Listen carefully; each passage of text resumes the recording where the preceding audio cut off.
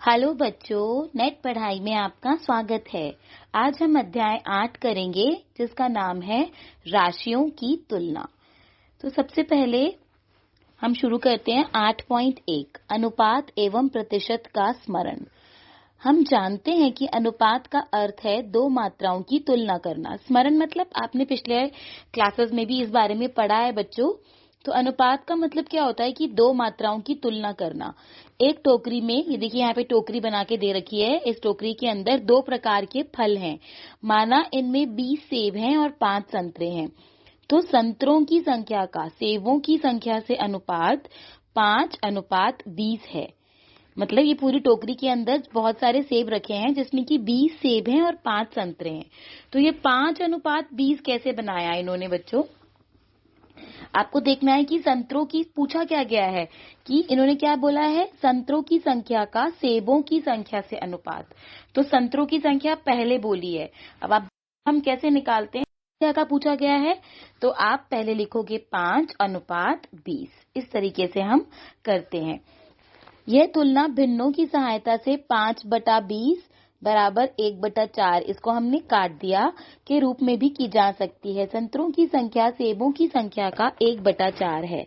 अनुपात के रूप में यह 1:4 है और इसे 4 की तुलना में 1 है पढ़ा जाता है।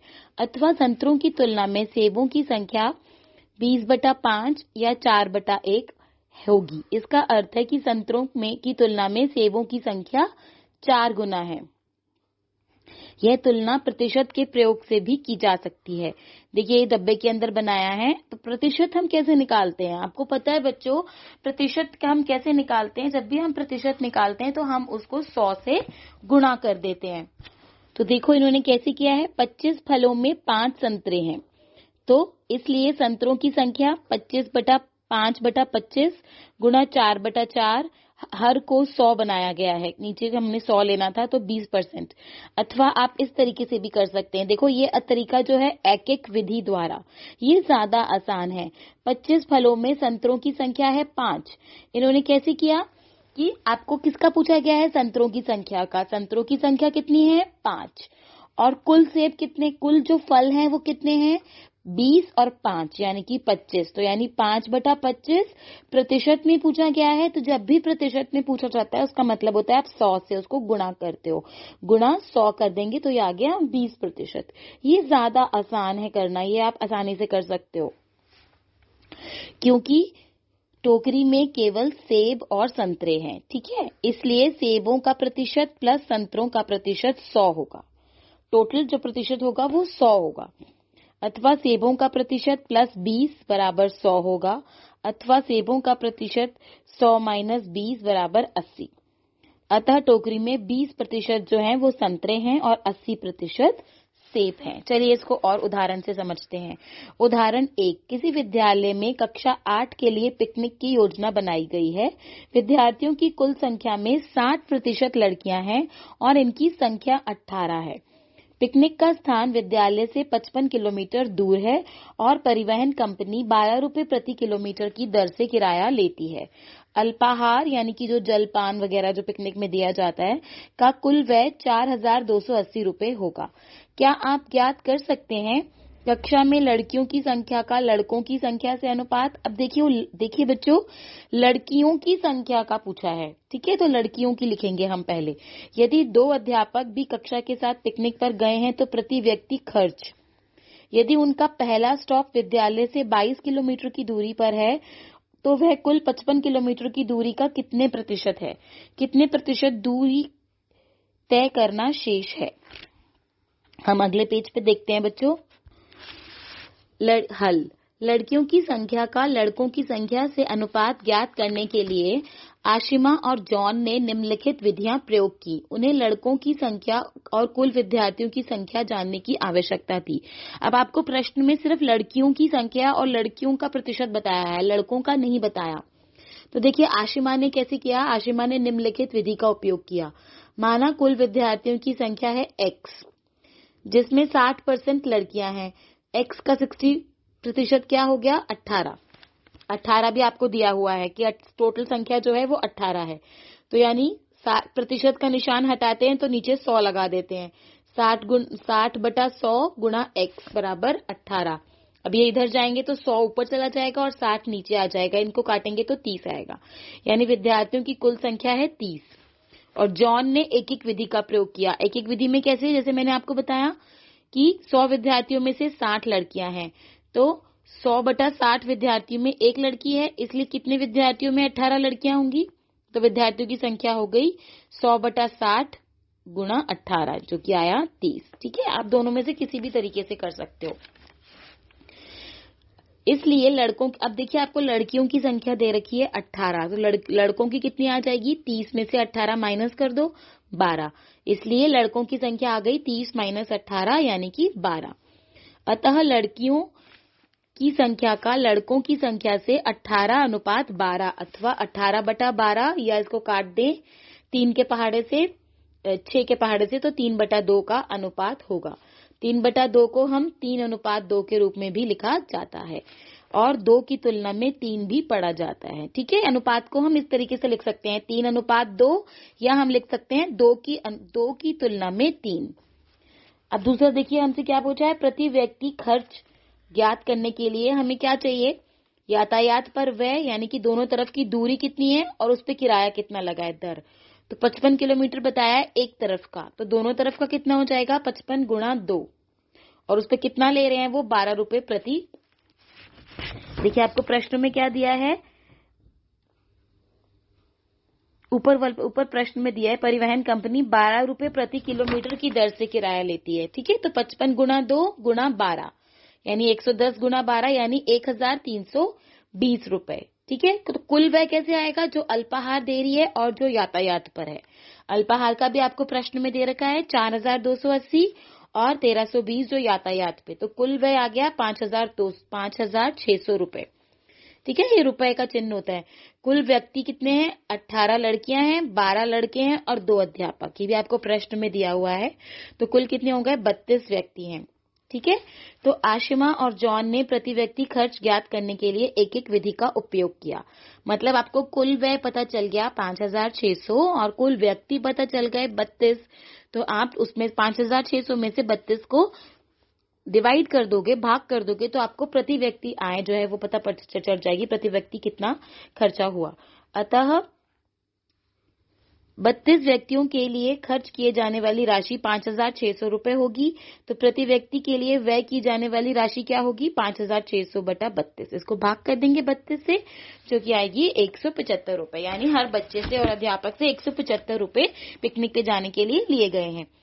प्रथम स्टॉप की दूरी 22 किलोमीटर है, और तो आपसे क्या पूछा गया है प्रश्न में, आपसे पूछा गया है कि यदि उनका पहला स्टॉप विद्यालय से 22, मतलब जैसे वो विद्यार्थी जब विद्यालय से चले पिकनिक जाने के लिए, तो 22 किलोमीटर पे जाके उन्होंने एक स्टॉप पे अपनी बस रोकी कुछ खाने पीने वगैरह के लिए, जो कि 55 किलोमीटर जो कि उनको कुल जाना था, जहां पर उनका पिकनिक की जगह थी, 55 किलोमीटर का जो उनकी जगह थी वो उसका कितना प्रतिशत होगा, और कितने प्रतिशत की दूरी जो तय करना है 22 किलोमीटर के बाद 55 किलोमीटर पहुंचने के लिए कितनी दूरी जो है वो बच गई है, ये आपसे पूछा है।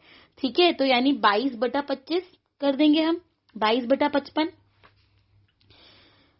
गुणा 100/100। इन्होंने तो 100/100 इसलिए किया है क्योंकि इनको ऊपर नीचे का इक्वल करने के लिए, पर आप ये जॉन ने एक एक विधि का उपयोग किया। देखिए 55 किलोमीटर में से 22 किलोमीटर की दूरी तय की जा चुकी है, तो 1 किलोमीटर में कितनी हो गई, 22/55 किलोमीटर दूरी की तय की गई, तो 100 किलोमीटर में कितनी हो गई, 22/55 गुणा 100 किलोमीटर की दूरी तय की गई है, अर्थात 40% जो दूरी है वो तय कर ली गई है। ठीक है, इन्होंने क्या किया है, जो ये आशिमा ने जो विधि अपनाई है उसमें ऊपर और नीचे दोनों 100 से गुणा किया है, लेकिन जॉन ने जो एक एक विधि अपनाई है इसमें सिर्फ ऊपर 100 से गुणा किया है, उसमें ज्यादा कैलकुलेशन, मतलब 100 को 100 से उन्होंने काट दिया तो वो तो एक ही आ गया, तो वो एक से ही गुणा कर रही है। आप ये वाला तरीका अपनाएं, इसमें ज्यादा कंफ्यूजन नहीं है, एक एक विधि का प्रयोग ज्यादा इजी रहता है। दोनों का उत्तर एक जैसा पाया गया और उनका उत्तर इस प्रकार है कि रुकने वाले स्थान की विद्यालय से दूरी कुल तय की जाने वाली दूरी का 40% था, अतः तय की जाने वाली शेष दूरी का प्रतिशत 100 मतलब 40% जो है वो आ गए हैं, तो बाकी कितनी दूरी शेष रह गई है? 100 में से 40 माइनस कर दो, तो यानी कि अभी 60% की जो दूरी है वो रह गई है। अभी पिकनिक का जो एरिया था, जो स्पॉट है पिकनिक जहां बच्चे मनाने जा रहे हैं, वो अभी वहां पे पहुंचने के लिए अभी 60% रास्ता अभी रहता है। चलिए अब आगे बढ़ते हैं। प्रयास कीजिए। एक प्राथमिक विद्यालय में अभिभावकों से पूछा गया कि वे अपने बच्चों के गृह कार्य में सहायता करने के लिए प्रतिदिन कितने घंटे खर्च करते हैं। 90 अभिभावकों ने आधे घंटे से 1.5 घंटे तक सहायता की। जितने समय के लिए अभिभावकों ने अपने बच्चों की सहायता करना बताया, उनके अनुसार अभिभावकों का वितरण संलग्न आकृति में दर्शाया गया है, जो इस प्रकार है। देखिए यहाँ पे एक आकृति बनाकर दी गई है, जिसमें एक गोल आकार वक्र के तरीके से बना रखा है, और इसमें उन्होंने ये बताया कि जैसे 30% जो बच्चों के पेरेंट्स हैं, जो बच्चों के अभिभावक हैं, उन्होंने आधे से 1.5 घंटे तक सहायता की। मतलब जो बच्चों को घर में पढ़ने का होमवर्क जो दिया जाता है घर में करने का स्कूल की तरफ से, तो 30% ने आधे से 1.5 घंटे के लिए सहायता की। 1.5 घंटे से अधिक सहायता की 20% बच्चों के अभिभावकों ने, और 50% जो अभिभावक हैं उन्होंने बिल्कुल भी मदद नहीं की, सहायता नहीं की बिल्कुल भी। तो 20% ने प्रतिदिन 1.5 घंटे से अधिक सहायता की, 30% ने आधे घंटे से 1.5 घंटे तक सहायता की, 50% ने बिल्कुल भी सहायता नहीं की। अब इसके आधार पर निम्नलिखित प्रश्नों के उत्तर दीजिए। ठीक है, अब आपको इसको देखकर इन प्रश्नों के उत्तर देने की। कितने अभिभावकों का सर्वे किया गया था? कितने अभिभावकों ने कहा था कि उन्होंने कोई सहायता नहीं की, और कितने अभिभावकों ने कहा कि उन्होंने 1.5 घंटे से अधिक सहायता की? देखिए अब पहला वाला करते हैं कि कितने अभिभावकों का सर्वे किया गया था। तो देखो हमें प्रश्न में बताया गया है कि 90 अभिभावकों ने आधे घंटे से 1.5 घंटे तक सहायता की। उनका हमें बताया हुआ है कितने अभिभावकों ने की थी? 90 ने। तो हम इसी से करेंगे, क्योंकि और तो हमें कुछ भी जानकारी नहीं दी गई है प्रश्न में। तो हम क्या करेंगे, हम मानते हैं जैसे हमने ऊपर जॉन वाला किया था ना, एक विधि वाला, उसी तरीके से करेंगे हम। मतलब कि जैसे हम मानते हैं कि एक्स अभिभावकों पर सर्वे किया गया, तो एक्स का 30% मतलब कितने, एक्स का 30% कितना है? हमें दिया है 90। ठीक है, तो 30 गुणा 100 गुणा एक्स बराबर 90। जैसे हमने जॉन वाला करा है बिल्कुल वैसे ही करेंगे इसको भी, यानी कि 100/30 गुणा 90, जो कि आ जाएगा 300। तो कितने अभिभावकों का सर्वे किया गया था? 300 अभिभावकों का सर्वे किया गया था। ठीक है, कितने अभिभावकों ने कहा था कि उन्होंने कोई सहायता नहीं की? तो 50% ने कहा था, तो 300 का हम 50% निकाल देंगे, तो 300 गुणा 50/100, जो कि आएगा 150। यानी 150 अभिभावकों ने कहा कि उन्होंने कोई सहायता नहीं की। और 20% कितने अभिभावकों ने कहा था कि 1.5 घंटे से अधिक सहायता की? तो उसमें आप देखो 20% दिया हुआ है, तो 300 का 20% निकाल देंगे, यानी 300 गुणा 20/100, तो वो कितना आ जाएगा? 60। यानी कि 60 अभिभावकों ने कहा कि उन्होंने 1.5 घंटे से अधिक सहायता की। ठीक है, इस तरीके से करेंगे हम। चलिए प्रश्नावली 8.1 देखते हैं। तो प्रश्न 1 देखिए बच्चों, निम्नलिखित का अनुपात ज्ञात कीजिए। एक साइकिल की 15 किलोमीटर प्रति घंटे की गति का एक स्कूटर की 30 किलोमीटर प्रति घंटे की चाल से। तो ये तो बहुत ही आसान है।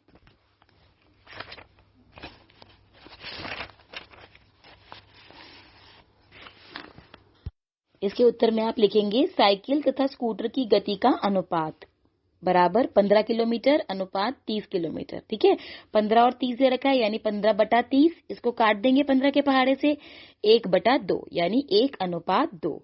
दूसरा है 5 मीटर तथा 10 किलोमीटर। तो इसमें दोनों अलग अलग है, मीटर और किलोमीटर। आपको पता है 1 किलोमीटर में 1000 मीटर होते हैं, और 10 किलोमीटर में 10,000 मीटर होते हैं। तो आप दोनों साइड मीटर कर दो, छोटा वाला जो होता है उसमें कन्वर्ट कर देते हैं हम। तो 5 मीटर बराबर 10 किलो, आप लिखोगे 5 मीटर अनुपात 10 किलोमीटर, तो आप लिख दोगे 5 मीटर अनुपात 10,000 मीटर, दोनों को मीटर में कन्वर्ट कर दोगे। इसको 5 के पहाड़े से काट दोगे तो ये आ जाएगा 1:2000। तीसरा देखते हैं 50 पैसे तथा 5 रुपए का अनुपात।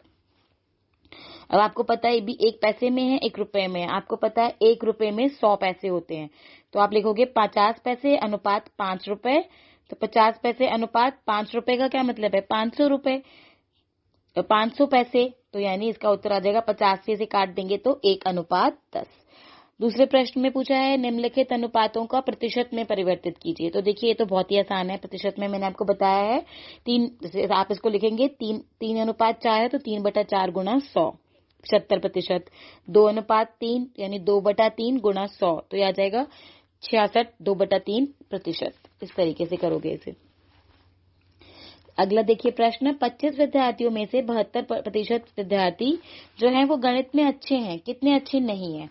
तो आप इसका प्रतिशत निकालेंगे पहले, यानी 100 माइनस 72% लिखेंगे कैसे?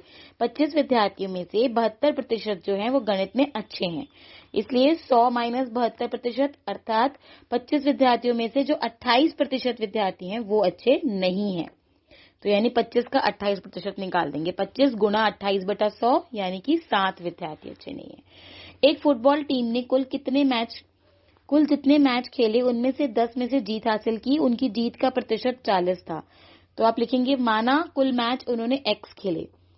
तो प्रश्न में लिखा है कुल मैचों का 40% बराबर 10, यानी 40/100 गुणा x बराबर 10 आपको दे रखा है।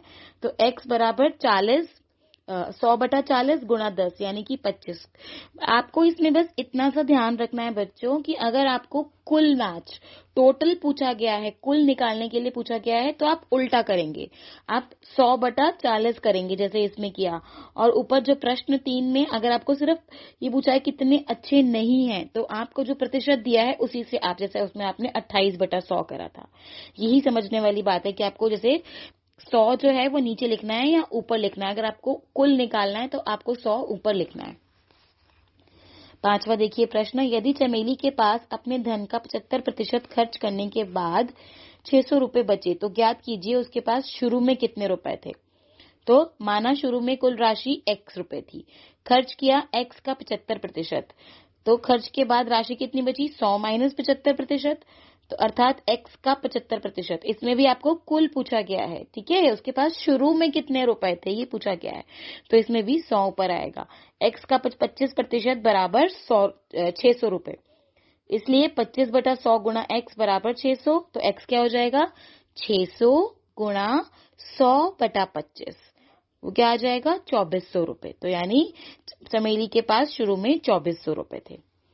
प्रश्न 6 देखिए बच्चों, यदि किसी शहर में 60% व्यक्ति क्रिकेट पसंद करते हैं, 30% जो है फुटबॉल पसंद करते हैं और शेष अन्य खेल पसंद करते हैं, तो ज्ञात कीजिए कितने प्रतिशत व्यक्ति अन्य खेल पसंद करते हैं।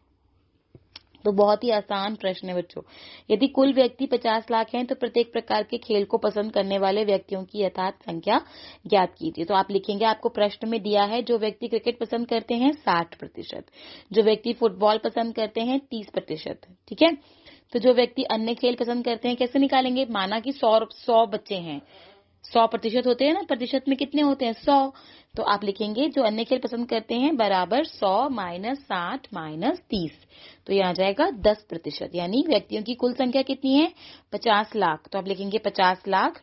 आपको हर पसंद करने वालों की संख्या बतानी है, तो आप लिखेंगे इसलिए क्रिकेट पसंद करने वालों की संख्या, व्यक्तियों की संख्या 60/100 गुणा 50 लाख, यानी कि 30 लाख रुपए आ जाएगा। फुटबॉल पसंद करने वालों की संख्या 30/100, 30% निकालना है, गुणा 50 लाख 15 लाख रुपए, और अन्य खेल पसंद करने वालों का क्या है? 10%, यानी 10/100 गुणा 50 लाख, जो कि आ जाएगा 5 लाख रुपए। ठीक है, आपको समझ में आया अच्छे से बच्चों? प्रश्नावली 8.1 इसको अच्छे से आप लिख कर करेंगे, अच्छे से आपको समझ में आएगा। चलिए आगे बढ़ते हैं। 8.2 वृद्धि प्रतिशत अथवा ह्रास प्रतिशत ज्ञात करना। हमें अपने दैनिक जीवन में प्रायः निम्नलिखित प्रकार की सूचनाएं मिलती रहती हैं। अंकित मूल्य पर 25% की कमी, पेट्रोल के मूल्य में 10% वृद्धि। अब हम कुछ ऐसे उदाहरणों पर विचार करते हैं। ये वृद्धि प्रतिशत और ह्रास प्रतिशत क्या होता है बच्चों? सपोज करो कि जैसे उदाहरण के तौर पे मैं आपको समझाती हूँ, जैसे आपने कोई चीज खरीदी, तो उस चीज पे आपको कोई भी चीज, उस चीज पे अगर अगले साल उसका प्राइस बढ़ जाता है, उसकी जो क्रय मूल्य है, विक्रय मूल्य उसका बढ़ गया अगले साल, तो उसको हम बोलते हैं प्राइस बढ़ जाना, वृद्धि प्रतिशत। या आपने कोई चीज खरीदी है तो अगले साल वो चीज आपके पास ही पड़ी है, चाहे आपने एक कार खरीदी, आपने वो कार अभी 5 लाख की खरीदी, लेकिन अगर आप चाहो कि आज से 4 साल बाद आप उस कार को किसी को बेचना चाहते हो तो वो 5 लाख की तो नहीं बिकेगी। ये उसकी कार की कीमत में ये ह्रास प्रतिशत आ जाएगा। वो 5 लाख की जो कार है वो आपको 2 लाख या 2.5 लाख में या 1 लाख में भी देनी पड़ सकती है अगर आपको बेचनी है, अगर आपको पैसों की जरूरत है। तो ये होता है वृद्धि प्रतिशत और ह्रास प्रतिशत। चलिए हम इसे एक उदाहरण से समझते हैं। पिछले वर्ष एक स्कूटर का मूल्य 34,000 रुपए था। इस वर्ष उसके मूल्य में 20% की वृद्धि हो गई। स्कूटर का नया मूल्य ज्ञात कीजिए। तो देखिए, अनीता ने कहा कि वह पहले मूल्य में वृद्धि ज्ञात करेगी, जो कि 34,000 का 20% है, और तब स्कूटर का नया मूल्य ज्ञात करेगी। तो 34,000 का 20% क्या होगा? 20/100 गुणा 34,000 यानी 6,800। ठीक है। और नया मूल्य क्या आएगा? पुराना मूल्य में हम वृद्धि को जमा कर देंगे। पुराना मूल्य जमा वृद्धि यानी 34,000 जमा 6,800 यानी 40,800। ये कैसे किया बच्चों? 34,000 का 20% का क्या मतलब है? का मतलब होता है गुणा, और प्रतिशत का मतलब जब भी प्रतिशत का निशान जब भी हम हटाते हैं तो उससे जो है 100 से वो भाग हो जाता है। ठीक है। तो 0 से 0 काट दिया हमने, और 340 को 20 से गुणा कर दिया, तो ये आ गया 6,800। इस तरीके से हमारा उत्तर आया 40,800। ठीक है। अनीता ने इस तरीके से किया। देखिए अब सुनीता ने किस तरीके से किया। सुनीता ने एक विधि का प्रयोग किया कि 20% वृद्धि का अर्थ है 100 रुपए वृद्धि के पश्चात 120 रुपए हो जाते हैं। तो उसने उल्टा किया, उसने 120/100 करके निकाला टोटल। मैंने आपको पहले भी बताया, अगर हमें सिर्फ 20/100 करके निकालेंगे, बाद में उसमें ऐड कर देंगे तो वो 40,800। लेकिन अगर हमें कुल निकालना है तो हम 120/100 करके हम कुल भी निकाल सकते हैं। ठीक है। तो ये एक विधि होती है और ये दूसरी वाली विधि होती है। आप जिस तरीके से भी करना चाहें वैसे कर सकते हैं। पहले वाला जो तरीका है वो ज्यादा आसान है। अगले पृष्ठ पे आते हैं हम।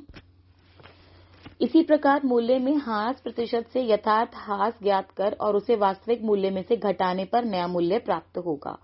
माना बिक्री में वृद्धि करने के लिए स्कूटर का मूल्य 5% घटा दिया गया, तब हम स्कूटर का मूल्य ज्ञात करते हैं। मतलब जैसे कोई कंपनी है वो स्कूटर बेचती है और वो चाहती है कि उसके स्कूटर बहुत सारे बन गए हैं लेकिन कोई भी स्कूटर नहीं खरीद रहा, तो उसने अपने जितने भी स्कूटर का जो विक्रय मूल्य है जिसपे वो उसको बेचता है स्कूटरों को, तो वो चाहता था कि ज्यादा के ज्यादा स्कूटर बिकें। तो उसने अपने स्कूटर के प्राइस के ऊपर जो उसका प्राइस था, क्रय मूल्य था, उस पे उसने 5% की ऑफ कर दिया कि 5% कम में बेच देता हूं ताकि ज्यादा से ज्यादा लोग खरीदने आए।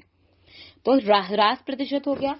तो हम क्या करेंगे? स्कूटर का मूल्य है 34,000 रुपए, मूल्य में कमी कितनी हो गई? 34,000 का 5%। का मतलब गुणा करेंगे, 5% का मतलब 5/100 यानी 5/100 गुणा 34,000 जो कि आ गया 1,700 रुपए। यानी नया मूल्य क्या हो गया? पुराने मूल्य में से 1,700 रुपए को माइनस कर देंगे। पुराना मूल्य माइनस मूल्य में कमी, 34,000 रुपए माइनस 17,000 रुपए यानी कि 32,300 रुपए। अब हमें इस अध्याय के अगले अनुभाग में भी उपयोग करेंगे। ठीक है। इस अध्याय में हम आगे भी पढ़ेंगे कि ह्रास प्रतिशत और वृद्धि प्रतिशत के बारे में। बट्टा ज्ञात करना। बट्टा क्या होता है बच्चों? बट्टा मीन्स डिस्काउंट, जिसको हम इंग्लिश में कहते हैं डिस्काउंट। जैसे आपने पढ़ा होगा, आप कहीं मार्केट में जा रहे हैं तो वहां पे बाहर टैग लगा रखा होता है डिस्काउंट, 20% डिस्काउंट, 5% डिस्काउंट, वो उसको हम बोलते हैं बट्टा। किसी वस्तु के अंकित मूल्य में दी जाने वाली छूट को बट्टा कहा जाता है। यह सामान्यतः ग्राहकों को खरीदारी के लिए आकर्षित करने के लिए अथवा सामान की बिक्री में वृद्धि करने के लिए दिया जाता है। आप अंकित मूल्य में से विक्रय मूल्य को घटाकर बट्टा ज्ञात कर सकते हैं। ठीक है। जैसे आप किसी दुकान पे गए, वहां पे उन्होंने लगा रखा है इस पे 20% डिस्काउंट है, इस पे 5। जैसे जब सर्दियां जाने वाली होती हैं तो वो स्वेटर्स, जैकेट्स वगैरह पे वो डिस्काउंट लगा देते हैं कि अब ये जैसे 2,000 की जैकेट है तो ये आपको इस पे 5% ऑफ है, या ये आपको 1,500 की मिलेगी, 1,000 रुपए की मिलेगी, इस टाइप से उसको हम बट्टा बोलते हैं। तो उसकी प्राइस कैसे निकालते हैं, बट्टा कैसे निकालते हैं हम? कि अंकित मूल्य, जितना उसमें अंकित मूल्य था माइनस विक्रय मूल्य।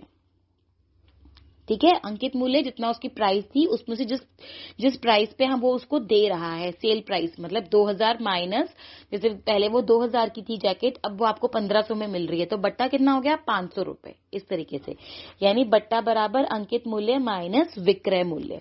तो चलिए उदाहरण से समझते हैं इसे। उदाहरण 3, 800 रुपए अंकित मूल्य वाली एक वस्तु 714 रुपए में बेची जा रही है।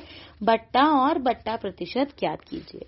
ठीक है, तो बट्टा कैसे निकालते हैं? अंकित मूल्य माइनस विक्रय मूल्य। ठीक है, विक्रय मूल्य क्या होता है? जिसमें वो बेची जा रही है। बट्टा बराबर अंकित मूल्य माइनस विक्रय मूल्य, यानी 840 रुपए माइनस 714 रुपए बराबर 126 रुपए, यानी 126 रुपए की बचत हो गई आप लोगों को। ये है बट्टा। क्योंकि बट्टा अंकित मूल्य पर है, इसलिए हमें अंकित मूल्य को ही आधार मानना पड़ेगा। ठीक है, अंकित बट्टा किस पर लगा हुआ है? 840 रुपए पे लगा है बट्टा। तो 840 अंकित मूल्य पर 126 रुपए बट्टा है, हमें प्रतिशत निकालना है ना। तो 100 रुपए पे कितना होगा? 126 बटा 840 गुणा 100, यानी कि 15% बट्टा है। तो ऐसे ही प्रश्न आपको आते हैं पेपर्स में, जिसमें पूछा जाता है इसका बट्टा और बट्टा प्रतिशत निकालो। चलिए उदाहरण 4 करते हैं। एक फ्रॉक का सूची मूल्य 220 रुपए है। सेल में 20% बट्टे की घोषणा की गई है। इस फ्रॉक पर बट्टे की राशि क्या होगी और उसका विक्रय मूल्य क्या होगा? तो अंकित मूल्य और सूची मूल्य एक ही बात है। चाहे प्रश्न में आपको अंकित मूल्य लिखा हो या सूची मूल्य लिखा हो, उसका मतलब वही एक सेम चीज है। अंकित मूल्य और सूची मूल्य दोनों समान होते हैं। 20% बट्टे का अर्थ है 100 रुपए अंकित मूल्य पर 20 रुपए बट्टा है। तो एक पे कितना होगा? 20 बटा 100 का बट्टा मिलेगा, यानी 220 का 20 बटा 100 निकालोगे। 220 का 20% निकालना है ना आपको, यानी 44 रुपए। ठीक है, तो विक्रय मूल्य कैसे निकालोगे? 220 उसका अंकित मूल्य है, 220 में से बट्टा माइनस कर दोगे तो 176 रुपए आ जाएगा। इस तरीके से करोगे। रेहाना ने इस प्रश्न को इस प्रकार हल किया। 20% बट्टे का अर्थ है 100 रुपए मूल्य पर 20 रुपए का बट्टा है, अतः 80 रुपए। उसने इस तरीके से किया। विक्रय मूल्य 80 रुपए होगा। ऐकिक विधि के प्रयोग से यदि अंकित मूल्य 100 है तो विक्रय मूल्य 80 रुपए, यदि 1 है तो 80 बटा 100, तो अंकित मूल्य 220 रुपए है तो विक्रय मूल्य 80 बटा 100 गुणा यानी 176 रुपए। तो आप इस तरीके से भी कर सकते हैं, ऊपर वाले तरीके से भी कर सकते हैं। यद्यपि बिना बट्टा ज्ञात किए भी मैं सीधे विक्रय मूल्य ज्ञात कर सकती हूँ। ठीक है, ये उस रेहाना बना रखी है। वो कह रही कि बिना, मुझे जरूरी नहीं है कि मैं पहले बट्टा निकालूं और फिर मैं विक्रय मूल्य निकालूं, मैं बिना बट्टा निकाले भी विक्रय मूल्य निकाल सकती हूँ। तो ये आपके ऊपर है कि आपको किस तरीके से करना है। पहले आप 220 का 20% निकाल दें, ठीक है, जो कि आया 44 रुपए, और तो 220 में से 44 माइनस कर दें तो 176 रुपए उसका विक्रय मूल्य आ गया। या आप नीचे वाले तरीके से भी कर सकते हैं, ये आपके ऊपर है, आपको कौन सा तरीका ज्यादा आसान लगता है। प्रयास कीजिए। एक दुकान 20% बट्टा देती है, निम्नलिखित में से प्रत्येक का विक्रय मूल्य ज्ञात कीजिए। ये भी तीनों के तीनों प्रश्न इसी तरीके से किए जाएंगे जैसे ये वाला उदाहरण 4 किया गया है, वैसे ही करोगे आप। 120 रुपए का 20% निकालोगे, जो कि आया 24 रुपए, तो विक्रय मूल्य कैसे निकालोगे? अंकित मूल्य माइनस बट्टा। ठीक है, तो यानी 120 माइनस 24 96 रुपए। इसी तरीके से आप इसका दूसरा और तीसरा पार्ट करोगे। 15,000 रुपए अंकित मूल्य वाली एक मेज 14,400 रुपए में उपलब्ध है। बट्टा और बट्टा प्रतिशत, ये उदाहरण 3 के जैसे है। अंकित मूल्य आपको दे रखा है 15,000, बट्टा मूल्य दे रखा है 14,400। तो बट्टा कैसे निकालोगे? 15,000 माइनस 14,400 यानी 600 रुपए। और बट्टा प्रतिशत कैसे निकालोगे? अंकित मूल्य क्या दे रखा है? 15,000 यानी 600 बटा 15,000 गुणा 100, तो आ गया 4%। ठीक है, इसी तरीके से इसमें आपको अंकित मूल्य पूछा गया है। एक अलमारी 5% बट्टे पर इतने में बेची गई। इसमें आपको विक्रय मूल्य भी दिया हुआ है और 5% भी दे रखा है, बट्टा भी दे रखा है, और ये पूछा है कि अंकित मूल्य निकालने को पूछा है। ठीक है, तो ये कैसे करोगे आप? माना कि अंकित मूल्य 100 रुपए है, तो बट्टा अंकित मूल्य का 5% दे रखा है, यानी 100 का 5% कितना हुआ? 5 रुपए। तो विक्रय मूल्य कैसे निकालते हैं? अंकित मूल्य माइनस बट्टा, यानी 100 माइनस 5 95 रुपए आ गया। तो जब विक्रय मूल्य 95 है तो अंकित मूल्य 100 है, यानी 100 बटा 95।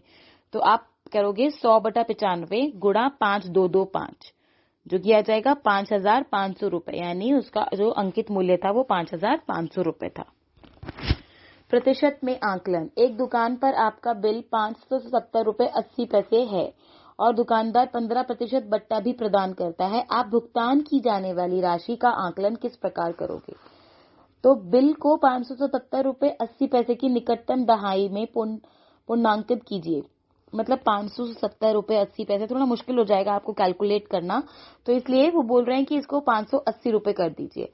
तो 10% आपको ज्ञात करना है, 10% बट्टा ज्ञात करना है, तो यानी 10 बटा 100 580, यानी कि 10 बटा 100 गुणा 580 ₹58, इसका आधा क्या हो जाएगा, अर्थात 1/2 गुणा ये 58 यानी कि ₹29। तो 2 और 3 की राशियों को जोड़िए, जोड़ने पर क्या आएगा, ₹87। इसलिए आप अपने बिल की राशि को ₹57 और ₹85 कम कर सकते हैं। इस प्रकार बिल की राशि का सन्निकट मान ₹495 हो जाएगा। इसी बिल राशि का 20% बट्टे से आकलन करने का प्रयत्न कीजिए। इसी बिल राशि का 20% बट्टे से आकलन करने का प्रयत्न कीजिए। तो क्या करेंगे आप, 20% मतलब 20/100 गुणा 580, जो कि आ जाएगा ₹116।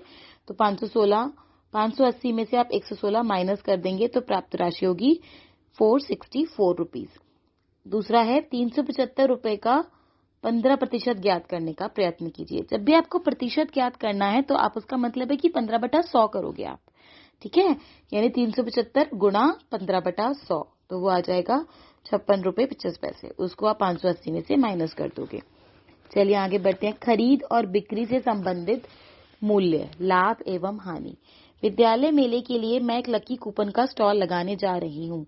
एक लकी कूपन के लिए मैं ₹10 वसूलूंगी, लेकिन मैं देने के लिए ऐसी वस्तुएं रखूंगी जिनकी कीमत केवल ₹5 है। इस प्रकार आप 100% लाभ कमा सकती हैं। मैं उस उपहार को लपेटने के लिए ₹3 का कागज और टेप भी खर्च करूंगी।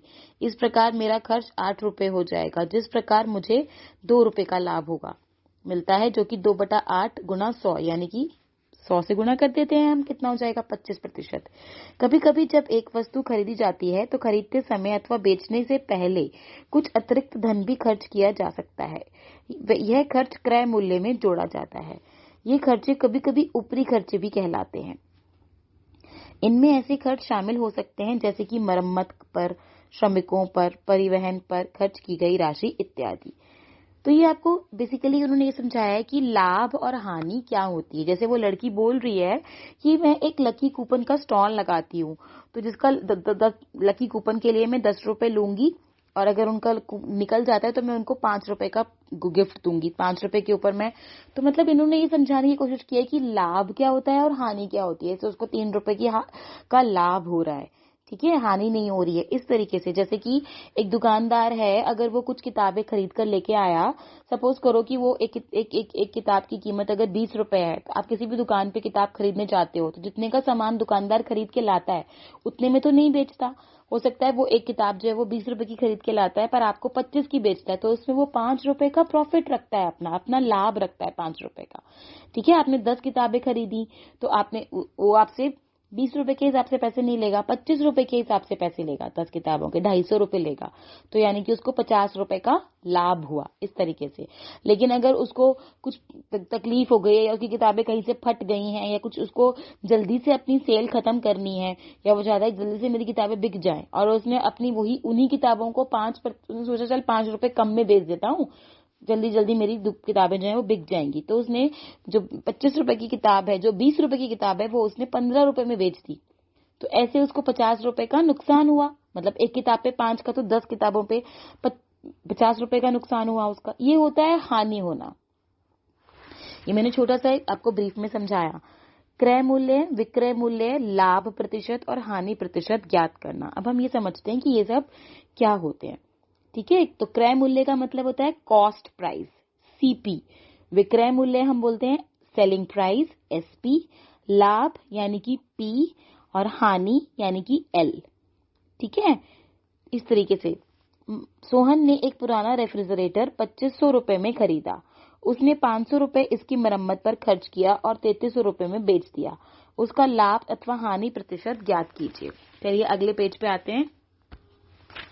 तो देखिए हल में क्या लिखा है, क्रय मूल्य यानी कि सीपी, कॉस्ट प्राइस हम बोलते हैं क्रय मूल्य को। उसने 2500 में खरीदा और ₹500 मरम्मत, तो टोटल उसका क्रय मूल्य कुल कितना हो गया, 2500 प्लस ₹500 यानी ₹3000, ठीक है। क्रय मूल्य ज्ञात करने के लिए ऊपरी खर्चे जोड़े जाते हैं, जो भी हमने उसके ऊपर खर्च किया वो भी हम उसमें जोड़ेंगे।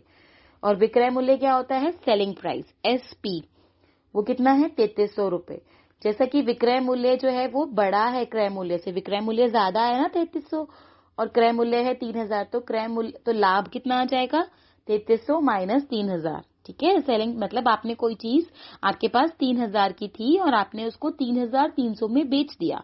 कॉस्ट प्राइस होता है, उसका क्रय मूल्य जो था वो 3000 था, आपने उसको 3300 में बेचा, उसको सेलिंग प्राइस था उसका 3300, यानी कि 300 रुपए का आपको प्रॉफिट हो गया, लाभ हो गया। तो इस प्रकार 3000 पर उसे 300 रुपए का लाभ हुआ। ठीक है। और उसका प्रतिशत भी पूछा है, तो यानी 100 रुपए पर कितना हुआ, तो 100% उसका निकालोगे, यानी 100 बटा 300, 3000 पर 300 यानी 300 बटा 3000 गुणा 100। ठीक है, इस तरीके से निकालोगे, यानी 30 बटा 3 यानी कि 10% का लाभ हुआ। ठीक है। तो इससे हमें एक फॉर्मूला मिलता है, देखो ये डब्बे में बनाकर दिया है। पी प्रतिशत कैसे निकालते हैं, लाभ प्रतिशत हम कैसे निकालते हैं, लाभ बटे में क्रय मूल्य गुणा 100। ठीक है, ये इसका फॉर्मूला है, ये आपको याद रखना है। पी प्रतिशत बराबर लाभ बटा क्रय मूल्य गुणा 100। तो जब भी आपको लाभ प्रतिशत या हानि प्रतिशत निकालने को बोला है तो आप इस फॉर्मूले से निकालोगे। हानि प्रतिशत में आप इसकी जगह हानि लिख दोगे, हानि बटा क्रय मूल्य गुणा 100। तो देखिए, प्रयास कीजिए, यदि लाभ की दर 5% है तो निम्नलिखित का विक्रय मूल्य क्या होगा। इनको भी आप वैसे ही करोगे जैसे ये ऊपर वाला करा है हमने। चलिए मैं आपको इसका एक पार्ट समझा देती हूँ। 700 रुपए की एक साइकिल जिसकी मरम्मत पर खर्च 50 रुपए है।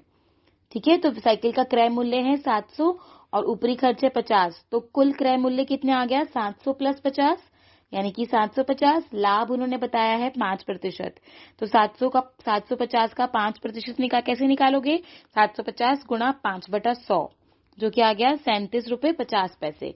ठीक है, तो विक्रय मूल्य क्या होगा, 750 रुपए प्लस 37 रुपए 50 पैसे, यानी 787 रुपए 50 पैसे। इस तरीके से करोगे इसको आप। ठीक है, अब इसके सी बी और सी पार्ट आप अपने आप करेंगे। उदाहरण 6, एक दुकानदार ने 200 बल्ब 10 रुपए प्रति बल्ब की दर से खरीदे। उनमें 5 बल्ब खराब थे और उन्हें फेंकना पड़ा। शेष बल्बों को 12 रुपए प्रति बल्ब की दर से बेचा गया। उसको लाभ अथवा हानि प्रतिशत क्या होगी। तो पहले प्रश्न को समझिए, उसने कितने बल्ब खरीदे, 200, 10 रुपए प्रति बल्ब की दर से, जिसमें से 5 खराब हो गए, उसने फेंक दिए, नुकसान हो गया उसको। शेष जो बल्ब थे वो 12 रुपए प्रति बल्ब की दर से 10 के खरीदे थे, 12 में बेच दिए, 2 रुपए का प्रॉफिट हुआ। उसको लाभ और हानि प्रतिशत अब बताओ उसको। ये देखो, ये बल्ब इन्होंने यहाँ पर बना रखा है, ऊपर लिखा है क्रय मूल्य था 10 रुपए और नीचे लिखा है विक्रय मूल्य था 12 रुपए। ठीक है, तो 200 बल्बों का क्रय मूल्य कितना हुआ, 200 गुणा 10, क्योंकि एक बल्ब 10 रुपए का था, 2000 रुपए। 5 बल्ब खराब थे, तो बचे हुए बल्ब कितने हो गए, यानी 200 में से 5 माइनस कर दो, 195। ठीक है, और आपने जो बल्ब 200 में से 5 खराब हो गए तो 195 बचे। 195 को आपने 12 रुपए प्रति बल्ब के हिसाब से बेचा, यानी इनको 12 रुपए प्रति बल्ब की दर से बेचा गया। तो 195 बल्बों का विक्रय मूल्य क्या हो गया, विक्रय मूल्य मतलब सेलिंग प्राइस 195 गुणा 12 यानी 2340। तो 2340 जो है वो 2000 से बड़ा है, सीपी जो है वो छोटा है सेलिंग प्राइस से। ठीक है ना, सेलिंग प्राइस बड़ा है तो विक्रय मूल्य बड़ा है क्रय मूल्य से, यानी selling price is greater than CP, यानी सेलिंग प्राइस बड़ा है सीपी से।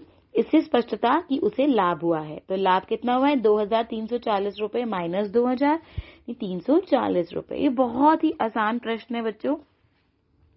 तो 2000 रुपए पर 340 का लाभ हुआ है, तो 100 रुपए पे कितना होगा, इसका फॉर्मूला, प्रतिशत लाभ का फॉर्मूला वो देखिए ऊपर लिखा है, लाभ बटा क्रय मूल्य गुणा 100। तो लाभ कितना है 340, क्रय मूल्य कितना था 2000 रुपए, आपने सबसे पहले निकाला था ना, 200 गुणा 10, 2000 रुपए गुणा 100, यानी कि 70% का उसको लाभ हुआ है। चलिए अगला उदाहरण समझते हैं। मीनू ने 2 पंखे 1200 रुपए प्रति पंखे की दर से खरीदे। देखिए यहाँ पंखा भी बनाकर दिया गया है। उसने एक पंखे को 5% हानि से और दूसरे पंखे को 10% लाभ से बेच दिया। प्रत्येक पंखे का विक्रय मूल्य ज्ञात कीजिए, कुल लाभ अथवा हानि भी ज्ञात कीजिए। तो देखिए उसने 2 पंखे खरीदे, 1200 रुपए प्रति पंखा, प्रति मतलब एक, यानी एक पंखे की जो उसने खरीदे थे, एक पंखे की थी 1200 रुपए। तो प्रत्येक पंखे का क्रय मूल्य यानी कॉस्ट प्राइस थी 1200 रुपए, प्रत्येक पंखे का क्रय मूल्य 1200 रुपए था। और एक पंखा उसमें से 5% हानि पर बेच दिया गया। ठीक है, यदि इसका अर्थ है कि यदि क्रय मूल्य 100 था तो विक्रय 95, तो उसका हम मूल्य कैसे निकालेंगे, यानी 95/100 गुणा 1200, यानी 1140 रुपए में बेचा।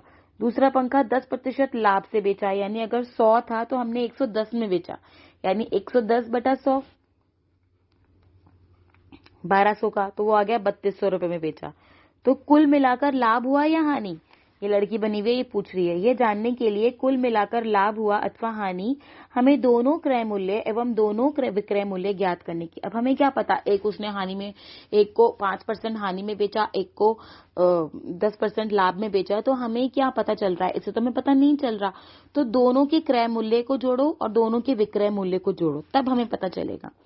तो क्रय मूल्य दोनों के कितने हैं, 1200, 1200 प्लस 1200। देखो दोनों का कुल क्रय मूल्य 1200 रुपए जमा 1200 रुपए, यानी कि 2400 रुपए। ठीक है, और दोनों का कुल विक्रय मूल्य, ये जो आपने निकाला है, 1140 रुपए प्लस 1320 रुपए, यानी कि 2460 रुपए। तो इसमें भी क्योंकि कुल विक्रय मूल्य बड़ा है कुल क्रय मूल्य से, तो 2460 माइनस 2400, यानी कि 60 रुपए का उसको लाभ हुआ है। ठीक है, इस तरीके से करते हैं हम इन प्रश्नों को। इसमें से आपको प्रश्नावली में भी इस तरीके के प्रश्न आएंगे, तो आपको इस तरीके से लिखना है जैसे प्रश्न में लिखा हुआ है, उत्तर में जिस तरीके से हल में लिख के दिया है। प्रयास कीजिए। एक दुकानदार ने 2 टेलीविजन सेट 10,000 रुपए प्रति सेट की दर से खरीदे, यानी 10,000 रुपए का उसने एक टेलीविजन खरीदा, उसकी क्रय मूल्य था 10,000 रुपए। उसने एक को 10% लाभ से और दूसरे को 10% हानि से बेच दिया। ज्ञात कीजिए कुल मिलाकर उसे इस सौदे से लाभ हुआ अथवा हानि हुई। ये भी बहुत ही आसान प्रश्न है बच्चों, बिल्कुल इसी तरीके से ही करना है जैसे ये ऊपर वाला किया गया है। बिक्री कर, वैल्यू एडेड टैक्स या वैट। अध्यापक ने कक्षा में एक बिल दिखाया। देखिए, जब आप बाजार से कोई सामान खरीदते हैं तो आपको इस तरीके का एक बिल दिया जाता है, ठीक है, जिसमें निम्नलिखित शीर्षक लिखे हुए थे। बिल संख्या, दिनांक, मतलब किस दिन का है, बिल की संख्या क्या है, मेनू, आपने क्या क्या खरीदा है, क्रय, कितनी चीजें खरीदी हैं, वस्तुएं, कुल योग, मात्रा, बिल राशि प्लस बिक्री कर। ठीक है, दर और राशि। तो एसटी का मतलब क्या होता है, किसी वस्तु की बिक्री पर बिक्री कर या एसटी सरकार द्वारा दिया जाता है। एसटी का क्या मतलब होता है बच्चों, एसटी का अर्थ है सेल्स टैक्स अर्थात बिक्री कर। जब हम वस्तुएं खरीदते हैं तो हमें उसका भुगतान करना पड़ता है। ठीक है, यह दुकानदार द्वारा ग्राहक से लिया जाता है और सरकार को दिया जाता है, इसलिए वह हमेशा वस्तु के विक्रय मूल्य पर लगता है और बिल की राशि में जोड़ दिया जाता है। आजकल वस्तु के मूल्य में यह कर वैल्यू एडेड टैक्स के नाम से जुड़ता है। ठीक है, 1 जुलाई 2017 से भारत सरकार ने जीएसटी लागू किया है, जो माल और सेवा कर का संक्षिप्त रूप है। यह कर माल की आपूर्ति या सेवा या दोनों पर लगाया जाता है। इसका मतलब ये है बच्चों कि इसमें जैसे कि आपने कोई चीज खरीदी तो सरकार उस पे उसका जो भी सेल प्राइस होती है उसके ऊपर सरकार एक टैक्स लगाती है, जिसको वो सेल्स टैक्स बोलते हैं। बिक्री कर लगाया जाता है, हर चीज के ऊपर वो चीज टैक्स लगाया जाता है, जिसको हम सेल्स टैक्स बोलते हैं। वो जो टैक्स है वो वैट के रूप में, उसको हम वैट बोलते हैं, यानी वैल्यू एडेड टैक्स। आपने कुछ भी चीज बाजार से खरीदी, चाहे वो चीज 200 रुपए की है, 1000 रुपए की है, तो 1000 रुपए की चीज के ऊपर जो जैसे उस क्योंकि दुकानदार जो है 1000 रुपए की चीज अपनी दुकान से बेच रहा है, तो उसको बेचने का उसको सरकार को एक टैक्स देना पड़ता है। वो टैक्स हम बोलते हैं वैल्यू एडेड टैक्स। ठीक है, और इसी तरीके से एक टैक्स होता है जीएसटी, जो कि 1 जुलाई 2017 को लागू किया गया था। ठीक है, ये कब लगता है, जो कि यह कर माल की आपूर्ति या सेवा दोनों पर लगाया जाता है। ठीक है, इस बारे में हम अभी पढ़ेंगे आगे। उदाहरण 8, बिक्री कर ज्ञात करना। अब हम बिक्री कर ज्ञात करना सीखते हैं। किसी दुकान पर एक जोड़ी रोलर स्केट्स, पहियों पर घूमने वाला जूता का मूल्य 450 रुपए था। वसूले गए बिक्री कर की दर 5% थी। बिल की कुल देय राशि ज्ञात कीजिए। तो देखिए हल देखते हैं। 100 रुपए पर भुगतान किया गया 5 रुपए था। किया गया कर, देखो उन्होंने बोला है कि वसूले गए बिक्री कर की दर 5% थी। यानी 100 रुपए पर भुगतान किया गया जो कर है वो 5 रुपए था, तो 450 पर कितना हो गया, 5% आपको 450 का 5% निकालना है, यानी कि 22.50 रुपए। मतलब आपको जितना भी आपको क्रय मूल्य है, जो भी आपका विक्रय मूल्य है, उसमें आप जो आपका टैक्स है उसको जोड़ दोगे तो उसका आपको टोटल प्राइस मिल जाएगा। ठीक है, कितना आपको देना है यही मैंने आपको बताया ना अभी। जैसे अगर आपने 1,000 रुपए है तो 1,000 रुपए पे अगर वो 5% टैक्स लगा रहा है तो वो आपको टोटल कितना देना पड़ेगा, 1,000 रुपए प्लस 5% उसमें ऐड कर दोगे आप जोड़कर। तो वही इन्होंने किया है, पहले इन्होंने 450 का 5% निकाला, वो आया 22.50 रुपए। तो बिल की कुल देय राशि कितनी हो गई, क्रय मूल्य यानी कि 450 रुपए प्लस बिक्री कर यानी 22.50 रुपए, तो यानी 472.50 रुपए। ठीक है, सेल्स टैक्स जो है वो हम क्रय मूल्य में जोड़ देते हैं। यानी बिल की कुल देय राशि कैसे निकालते हैं, क्रय मूल्य जमा बिक्री कर। ठीक है, याद रखना है आपको। ये हमने बिक्री कर याद करना सीखा। अब हम सीखते हैं VAT, value added tax. Waheeda ने एक कूलर 10% कर सहित 3300 रुपए में खरीदा। वैट के जुड़ने से पहले कूलर का मूल्य क्या था। अब उसने वैट दे कर, मतलब वैट उसने दे दिया तब वो 3300 रुपए में मिला। अगर वैट उस पर नहीं लगा होता तो उसका मूल्य कितना होता, ये पूछा गया है। ठीक है, 10% वैट का अर्थ है कि यदि वैट रहित मूल्य 100 रुपए था तो वैट सहित 110 रुपए। तो यदि वैट सहित 110 रुपए है तो वास्तविक 100 रुपए हुआ। यानी जब कर सहित मूल्य 3300 रुपए है तो वास्तविक मूल्य कितना होगा, 100/110। इसमें उल्टा करेंगे हम, 100/110 क्यों, क्योंकि हमें वो निकालना है जिसमें कर नहीं लगा हुआ। अगर हमें दिया गया होता कि 3,000 रुपए है और ये बताओ कि कर लगने के बाद कितना होगा, तो कर लगने के बाद 110 होता, तो आप 110/100 करते। लेकिन आपको पहले का पूछा गया है, तो आप इसमें ये चीजें बहुत ध्यान रखने की चीजें हैं कि आपको कौन सा प्रतिशत पूछा गया है। तो इसमें 100/110 करेंगे, यानी कि 3,000 रुपए, यानी 3,000 रुपए का था और उसमें 300 रुपए का वैट लगा है, तब वो 3,300 रुपए में मिला है उसको। ठीक है, इस तरीके से इन्होंने हमें कराया है। चलिए अब अगला उदाहरण करते हैं हम, उदाहरण 10। सलीम ने एक वस्तु 784 रुपए में खरीदी जिसमें 12% जीएसटी सम्मिलित था। जीएसटी जोड़ने से पहले वस्तु का मूल्य क्या था। तो देखिए इसमें आपको बता रखा है कि जीएसटी जो है वो जोड़ने से पहले वस्तु का मूल्य क्या था। ठीक है, तो मान लीजिए वस्तु का प्रारंभिक मूल्य अगर 100 है, जीएसटी 12% है, तो जीएसटी सम्मिलित करने पर मूल्य कितना होगा, 100 जमा 12 रुपए, यानी 112।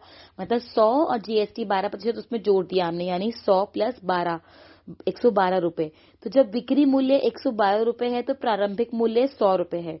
तो जब बिक्री मूल्य 784 रुपए है तो प्रारंभिक मूल्य कितना होगा, 100/112। इसमें भी आपको प्रारंभिक मूल्य पूछा गया है, जो कि पहले वाले उदाहरण में पूछा गया था।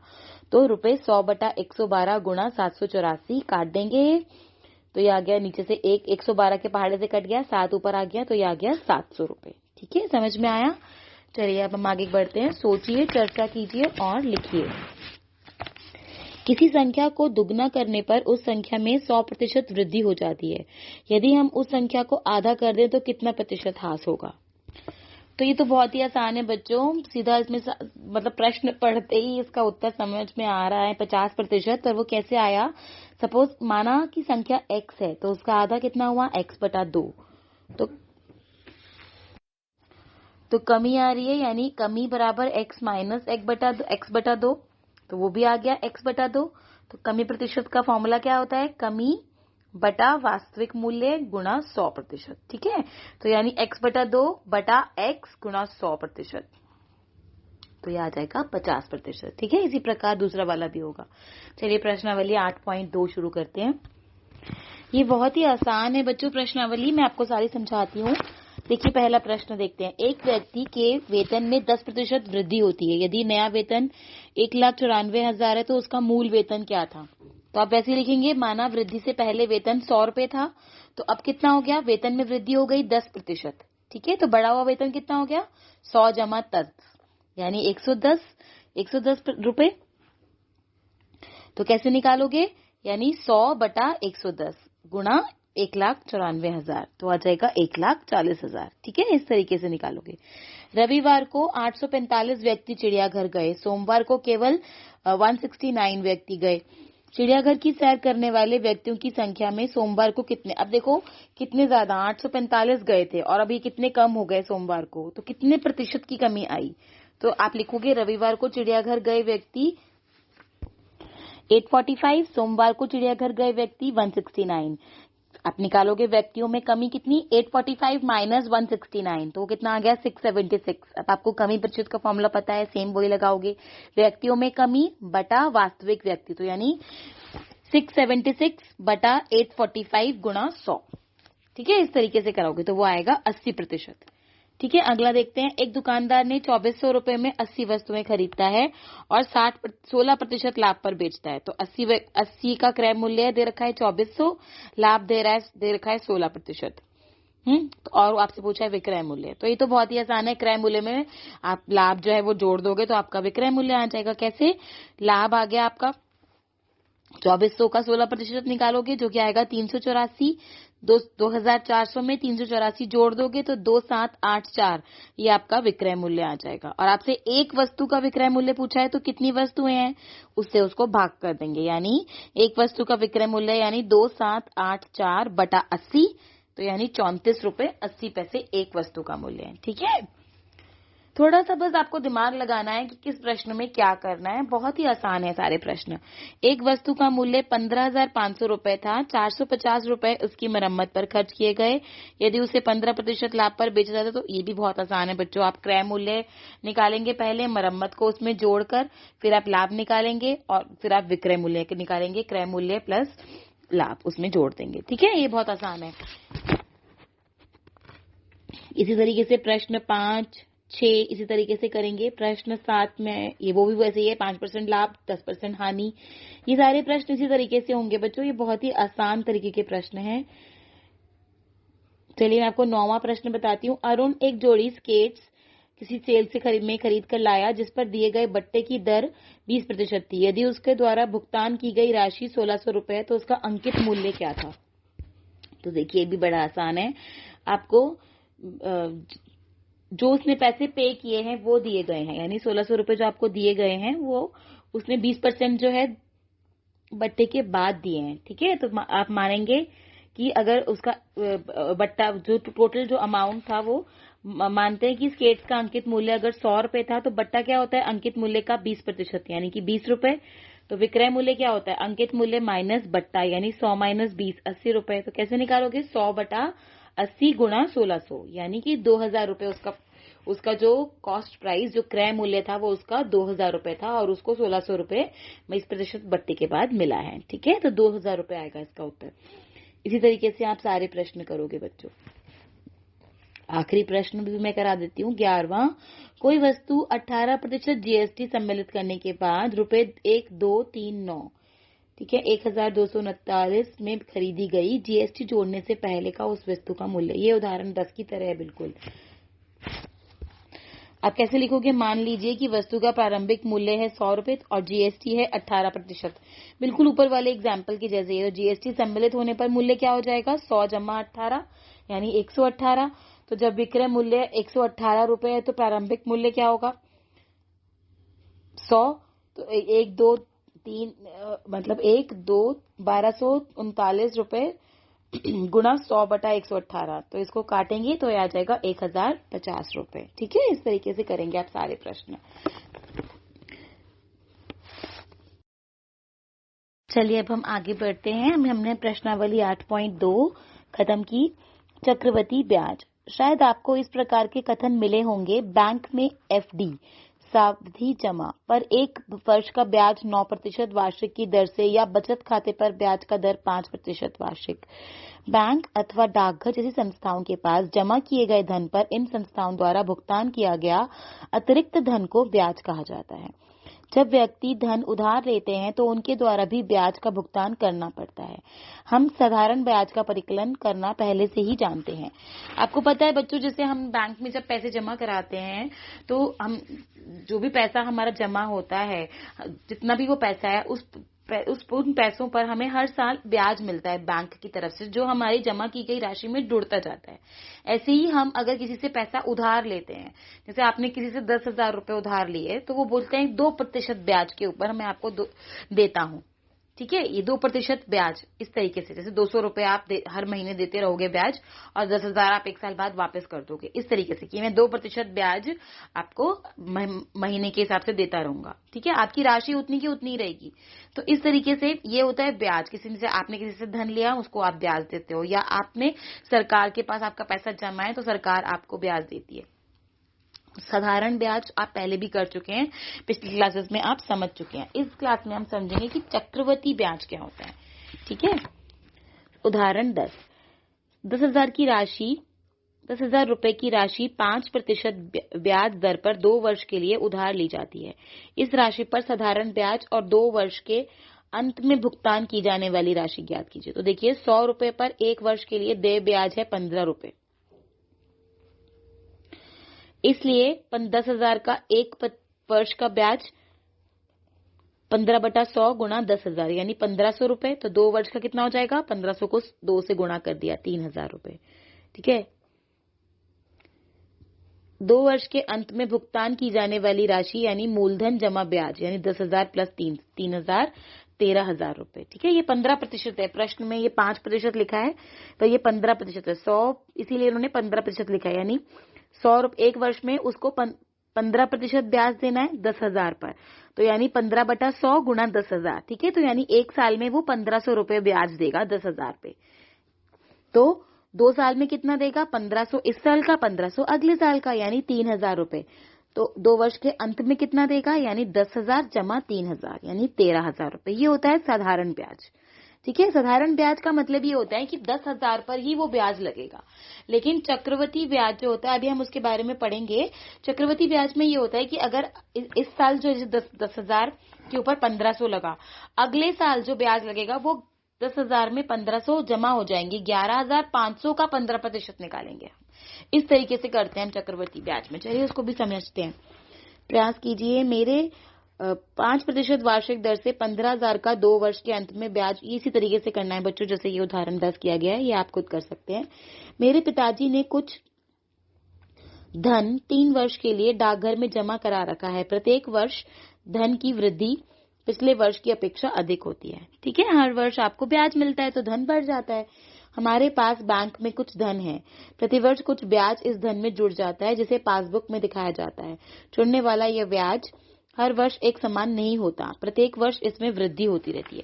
हर साल जो आपको ब्याज मिलता है वो हर साल सेम नहीं होता, क्योंकि हर साल आपका पैसा भी तो बढ़ रहा है, तो उस बढ़े हुए पैसे पर आपको ब्याज मिलता है। ठीक है, सामान्यतः लिया जाने वाला अथवा भुगतान किए जाने वाला ब्याज कभी साधारण नहीं होता। ब्याज का परिकलन पिछले वर्ष की राशि पर किया जाता है। इसे ब्याज का संयोजन अथवा चक्रवृद्धि ब्याज कहा जाता है। ठीक है, चक्रवृद्धि ब्याज को हम इंग्लिश में बोलते हैं CI यानी कंपाउंड इंटरेस्ट, और साधारण ब्याज को बोलते हैं सिंपल इंटरेस्ट। ठीक है, आइए अब हम एक उदाहरण पर चर्चा करते हैं और प्रत्येक वर्ष का अलग अलग ब्याज ज्ञात करते हैं। प्रत्येक वर्ष हमारी जमा राशि अथवा मूलधन परिवर्तित होता है, क्योंकि आपने जैसे अपने बैंक में आपके 10,000 जमा है, इस साल 10,000 पे ब्याज मिलेगा, अगले साल आपने 2,000 और जमा करा दिए, या 10,000 पे भी आपको ब्याज मिला, सपोज आपको 200 रुपए ब्याज मिला, आपने 2,000, तो 12 अगले साल जो आपको ब्याज मिलेगा वो 12,200 रुपए पे मिलेगा। ये होता है चक्रवृद्धि ब्याज। ये नहीं कि आपको 10,000 पे ही ब्याज मिलता रहेगा। इसी तरीके से अगर आपने किसी से पैसे उधार लिए हैं तो उसमें भी हर साल के हिसाब से जो ब्याज है हर साल उसी पे नहीं मिलेगा, उसमें वो ब्याज जुड़ता जाता है, उसके ऊपर फिर ब्याज लगता है। इस तरीके से चक्रवृद्धि ब्याज का परिकलन 8% ब्याज की दर से हिना 2 वर्ष के लिए 20,000 रुपए उधार लेती है, जबकि ब्याज वार्षिक संयोजित होता है। 2 वर्ष के आखिर में चक्रवृद्धि ब्याज और उसके द्वारा भुगतान की जाने वाली कुल राशि ज्ञात कीजिए। असलम ने अध्यापक से पूछा कि क्या इसका मतलब यह है कि उन्हें प्रत्येक वर्ष का ब्याज अलग अलग ज्ञात करना चाहिए। अध्यापक ने कहा हाँ, और उसे निम्नलिखित चरणों का उपयोग करने के लिए सुझाव दिए। 1 वर्ष का साधारण ब्याज ज्ञात करने के लिए माना प्रथम वर्ष का मूलधन P। हम मूलधन को P लिखते हैं, P मतलब प्रिंसिपल। P1 है 20,000 रुपए, यानी इस साल का हमारा P1 है 20,000 रुपए। इस पे 8% लगना है, यानी 8% वार्षिक दर से प्रथम वर्ष का साधारण ब्याज यानी सिंपल इंटरेस्ट। साधारण ब्याज लगना है तो हम लिखेंगे SI1 यानी 20,000 गुणा 8/100 यानी कि 1,600 रुपए। तत्पश्चात भुगतान की जाने वाली अथवा प्राप्त की जाने वाली राशि ज्ञात कीजिए। फिर दूसरे वर्ष के लिए मूलधन बन जाता है। ठीक है, अगले पेज पे आते हैं हम। तो प्रथम वर्ष के अंत में राशि कितनी होगी? P1 प्लस S1, यानी P1 जो इस साल के शुरू में प्रिंसिपल था 20,000 प्लस 1,600, जो उस पे ब्याज लग गया सिंपल इंटरेस्ट, यानी 21,600। ये आ गया हमारा P2 जो कि दूसरे वर्ष का मूलधन है। ठीक है, इस राशि पर दूसरे वर्ष ब्याज लगेगा, यानी S1 सिंपल इंटरेस्ट 2 लगेगा 8% वार्षिक दर से दूसरे। अब 20,000 पर नहीं लगेगा, अब 21,600 पे लगेगा, यानी 21,600 का 8/100 8%, जो कि आ गया 1,728 रुपए। दूसरे वर्ष के आखिरी में भुगतान की जाने वाली तथा प्राप्त की जाने वाली कुल राशि ज्ञात कीजिए। दूसरे वर्ष के अंत में राशि क्या होगी? P2 प्लस S1 तो यानी 21,600 प्लस 1728 को जमा करेंगे तो 23328। ठीक है, तो कुल देय ब्याज कितना हो गया? पहले साल में 1,600 और दूसरे साल में 1,728 रुपए, यानी 3,328। ठीक है, इस तरीके से रीता ने पूछा कि क्या ब्याज की राशि साधारण ब्याज के लिए अलग होगी? अध्यापक ने उसे 2 वर्ष का साधारण ब्याज निकालने के लिए स्वयं अंतर महसूस करने के लिए कहा। ये आपने जो निकाला ये चक्रवृद्धि ब्याज है। ठीक है, तो 2 वर्ष का साधारण ब्याज कैसे निकालते हैं? इसका फॉर्मूला आपने पिछले साल भी करा हुआ है, 2000 गुणा 8 गुणा 2/100। कैसे करते हैं? P into R into I बटा 100। P मतलब जो अमाउंट है, R मतलब रेट ऑफ इंटरेस्ट यानी कि 8, और I मतलब 2 साल, time, P into R into T बटा 100। तो ये आया 3200 रुपए। रीता ने कहा कि चक्रवृद्धि ब्याज के कारण हिना को 128 रुपए का अधिक भुगतान करना पड़ा। अब हम साधारण ब्याज और चक्रवृद्धि ब्याज में अंतर देखते हैं। 100 रुपए से शुरू करते हैं। देखिए, इस टेबल से समझते हैं, एक सारणी बना के दे रखी है कि प्रथम वर्ष में मूलधन 10% की दर से ब्याज, वार्षिक ब्याज वर्ष के आखिर में राशि। देखो, साधारण ब्याज के अंतर्गत क्या था? 100 रुपए, 100 पे 10% लगा 110।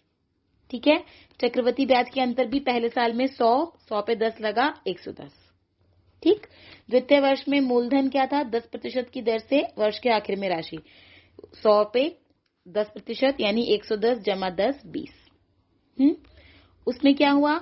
उसमें अब किस पे लगेगा? 100 रुपए पे नहीं लगेगा, साधारण ब्याज में 100 पर ही लगता रहा, 100 पे 10 यानी 110 जमा 10 120। लेकिन इसमें क्या हुआ? इसमें 110 पे लगेगा, 110 में 11 रुपए, 110 में 10% लगा यानी 11 रुपए, जो कि आया 121 रुपए। ठीक है, ऐसे ही तीसरे वर्ष में मूलधन 10% की दर से ब्याज, वर्ष के आखिर में राशि, ये उन्होंने जो लिया है, यानी मूलधन था 100 रुपए, 10% ब्याज तो 100 रुपए पर ही चलता रहेगा। साधारण में जो है ब्याज 100 रुपए में जो हमारा पुराना मूलधन है उसी पर ही हमारा साधारण ब्याज में ब्याज लगता जाता है, साधारण ब्याज में। लेकिन चक्रवृद्धि ब्याज में क्या होता है? अब इसमें कितना था? 121, तो तीसरे साल में 121 पे 10% लगेगा, जो आया 12। ठीक है, तो टोटल अमाउंट, तो टोटल जो वर्ष के आखिर में राशि क्या होगी?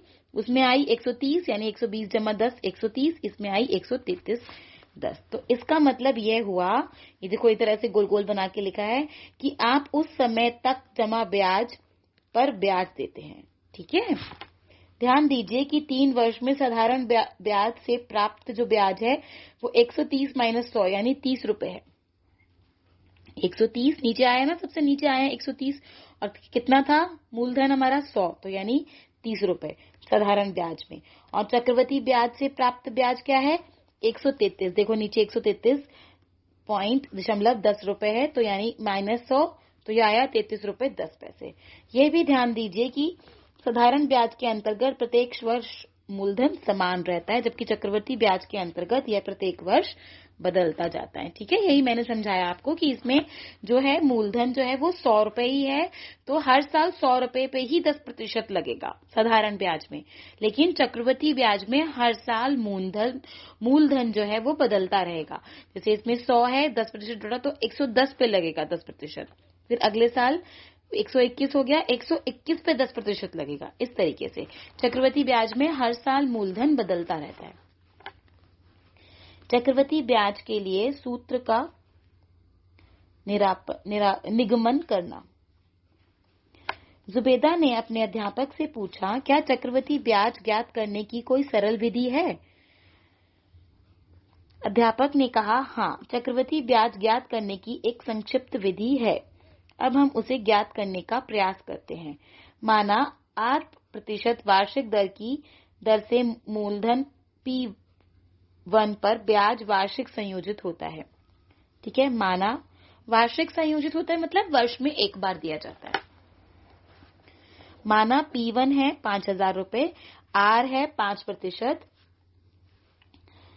वार्षिक और A है मिश्र धन। तब उपयुक्त चरणों की सहायता से देखिए कैसे करेंगे। सिंपल इंटरेस्ट में कैसे करते थे? P into R into T बटा 100 रुपए, तो यानी 5,000 जमा सिंपल इंटरेस्ट का फॉर्मूला देखो ये होता है P into R into I बटा 100। ठीक है, तो A कैसे निकाला इन्होंने? P plus S1, P1 plus S1। S1 क्या है? S1 का फॉर्मूला देखो P into R into I बटा 100। ठीक है, R और I इसमें एक ही है 5%, यानी 5,000 प्लस 5,000 गुणा 5 गुणा I जमा बटा 100 रुपए, यानी 5,000। इन दोनों में 5,000 कॉमन है तो 5,000 को हमने बाहर ले लिया, यानी 1 जमा 5 बटा 100, ये हमारा आ गया P2। P1 1 प्लस R बटा 100 P2। ठीक है, S2 निकालना है तो 5,000, फिर इसमें से हमने ले लिया कॉमन 1 प्लस 5 बटा 100, 5 गुणा I बटा 100। 5,000 गुणा 5 बाहर ले लिया तो 1 प्लस 5 बटा 100। तो S12 का फॉर्मूला क्या हो? S12 का फॉर्मूला क्या है? P2 गुणा R गुणा I बटा 100। इसमें से फिर हमने P1 कॉमन ले लिया, 1 जमा R बटा 100 गुणा R बटा 100, यानी P1 R बटा 100, तो 1 जमा R बटा 100, मतलब R बटा 100 भी हमने बाहर कॉमन ले लिया। तो इस तरीके से हम A2 निकालें, तो इस तरीके से हम करते जाएंगे तो ये हमारा जो समय बहुत मुश्किल होता जाएगा। तो ये हमें इसलिए करके दिखा रहे हैं कि इससे हम एक फॉर्मूला ज्ञात करेंगे। A2 5,000, फिर हमने कॉमन लिया 1 जमा 5 बटा 100 प्लस 5,000 गुणा 5 बटा 100, फिर कॉमन लिया 1 जमा 5 बटा 100 रुपए, यानी A2 का मतलब है P2 प्लस S2। तो ऐसे तो बहुत ही मुश्किल हो जाएगा। अगर हमें मतलब ये तो हमें 1 या 2 वर्ष का निकालने के लिए बोला है तो हम इस तरीके से निकाल सकते हैं, लेकिन अगर हमें 10 वर्ष 20 वर्ष का ब्याज निकालने को बोला है कि 20 वर्ष बाद हम ये राशि वापस करेंगे, 10 वर्ष बाद, 5 वर्ष बाद, तो ये तो बहुत मुश्किल हो जाएगा हमको कैलकुलेट करना। ये देखिए कितने मुश्किल लग रहा है ना ये देखने में। फिर 5,000 1 प्लस 5 बटा 100, 1 प्लस 5 बटा 100 रुपए। इसी तरीके से इन्होंने इधर किया। A2 का मतलब है P2 प्लस S12, तो P1 है 1 प्लस R बटा 100 प्लस P1 R बटा 100, फिर 1 प्लस R बटा 100, P1 1 प्लस R बटा 100 प्लस 1 प्लस R बटा 100। इस तरीके से ये बहुत मुश्किल और लेंदी, बहुत लंबा होता जाएगा। ठीक है, ऐसे फिर P3 निकालेंगे। इस प्रकार आगे बढ़ते रहें और n वर्ष के अंत में कुल राशि, मतलब इसी तरीके से अगर हम करते जाएं तो n वर्ष के अंत में कुल राशि क्या होगी? AN बराबर P1 I 1 जमा R बटा 100 ऊपर n होगी, अथवा हम कह सकते हैं A बराबर P 1 प्लस R बटा 100 n। जुबेदा ने कहा, लेकिन इस सूत्र का प्रयोग करते हुए हम केवल n वर्ष के अंत में दे कुल राशि का सूत्र प्राप्त करते हैं, न कि चक्रवृद्धि ब्याज का सूत्र। तब अरुणा ने तुरंत कहा कि हम जानते हैं चक्रवृद्धि ब्याज क्या होता है? कुल राशि माइनस मूलधन, अर्थात compound interest is equal to A minus P। इसलिए हम चक्रवृद्धि ब्याज भी आसानी से ज्ञात कर सकते हैं। ठीक है, तो कंपाउंड इंटरेस्ट का फॉर्मूला आपको पता चल गया और AN का फॉर्मूला भी आपको पता चल गया। अब उसको हम कैसे करते हैं, कैसे निकालते हैं? N का मतलब होता है कितने वर्ष के लिए है, N का मतलब होता है वर्ष, उसमें हम वर्ष लिखते हैं। ठीक है, चलिए उदाहरण 11 करते हैं। 12,600 रुपए का 2 वर्ष के लिए 10% वार्षिक दर से चक्रवृद्धि ब्याज वार्षिक संयोजित होता है। तो सबसे पहले आपको ये फॉर्मूला याद करने की जरूरत है। कोई भी चक्रवृद्धि ब्याज का फॉर्मूला आए तो आपको इस फॉर्मूले को याद रखना है। क्या फॉर्मूला है? A बराबर P ब्रैकेट 1 जमा R बटा 100 ब्रैकेट बंद और उसके ऊपर N। ये फॉर्मूला आपको बहुत अच्छे से कंठस्थ करना है, बहुत अच्छे से याद रखना है। ठीक है, अब इसके अंदर हम जो भी हमको दिया है वो हम इस फॉर्मूले के अंदर रख देंगे, सब कुछ लिख देंगे और हमारा जो प्रश्न है वो सॉल्व हो जाएगा। देखिए, मूलधन यानी कि P हमें दे रखा है 12,600, दर यानी कि R हमें दे रखा है 10% और N यानी कि 2 वर्ष हमें दे रखा है। ठीक है, तो हम ए कैसे निकालेंगे, इसके अंदर हम रख देंगे 12,600 1 जमा 10/100 ऊपर 2। ठीक है, 10/100 को हम कैसे लिख सकते, 10 से एक जीरो काट देंगे हम, और इसका अगर हम लघुत्तम लेंगे तो ये आ जाएगा 10 जमा 1 11। ठीक है, तो 26,600 11/10 ऊपर 2 आ गया। तो 26,600 गुणा 11/10 गुणा 11/10, क्योंकि उसके ऊपर 2 लिखा है तो हम इसको 2 बार लिख देंगे। ठीक है, ये 10 की 1 जीरो से ऊपर की 1 जीरो, इसकी 0 से इसकी 1 जीरो कट जाएगी, और 116 को 11 और 11 से गुणा कर देंगे तो ये आ जाएगा 15,246 रुपए।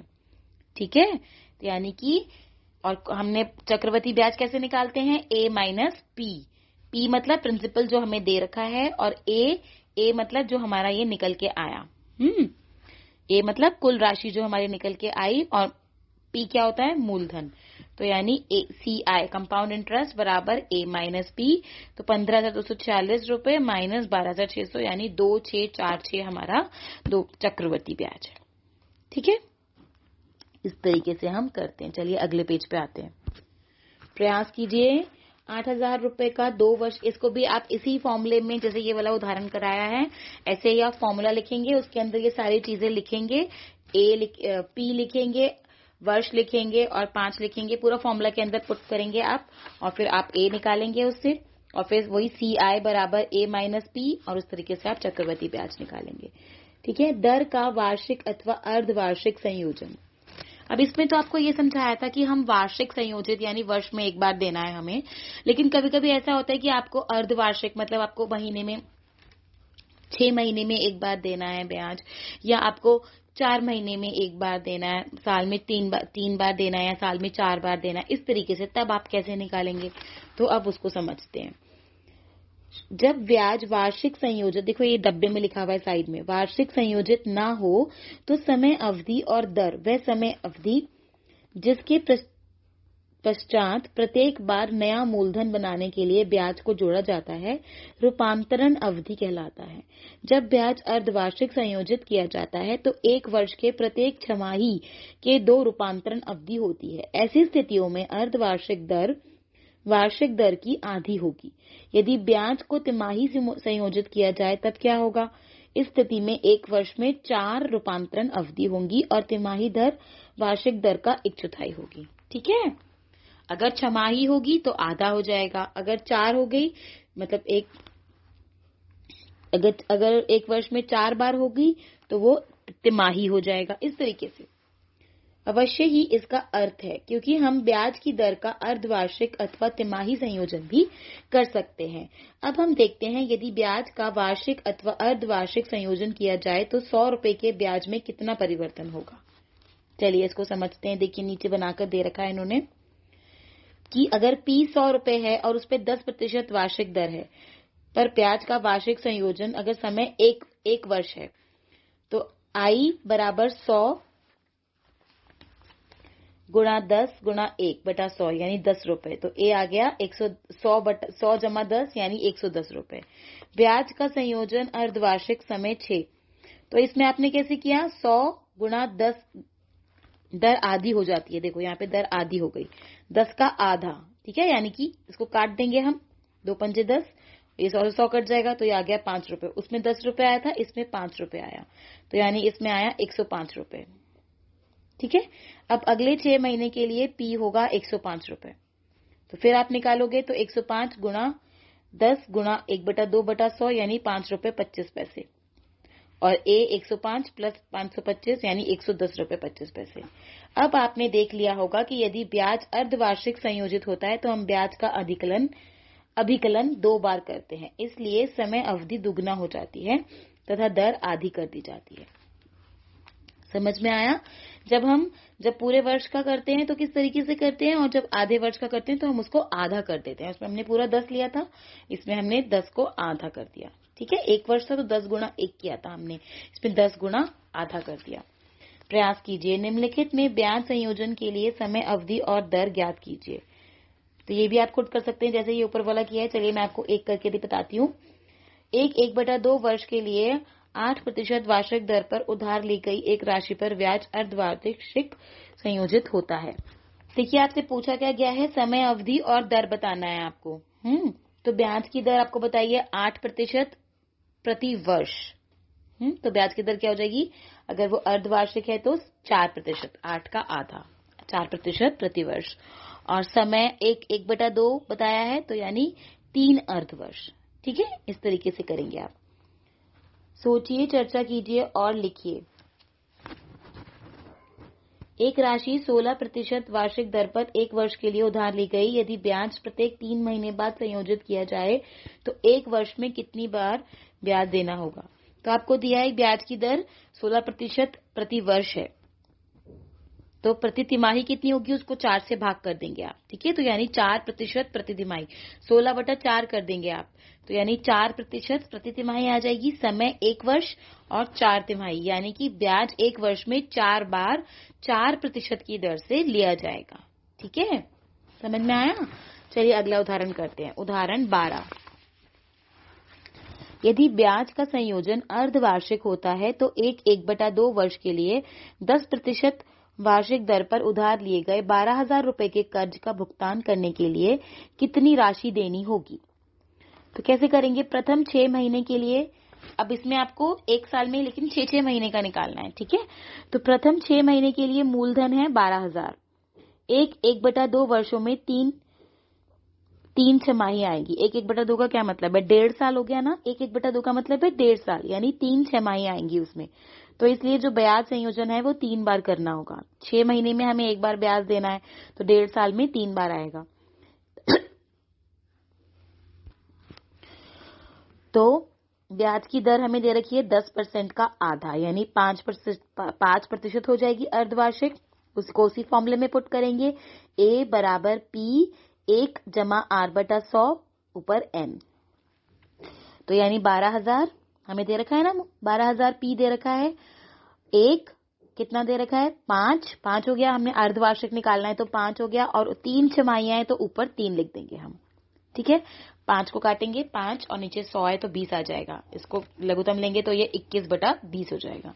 तो 12,000 गुणा 21/20, 21/20, 21/20, 3 बार लिख देंगे। इसको सॉल्व करेंगे तो यानी 1,3891 रुपए 50 पैसे। ठीक है, तो प्रथम 6 महीने में उसको इतने देने होंगे।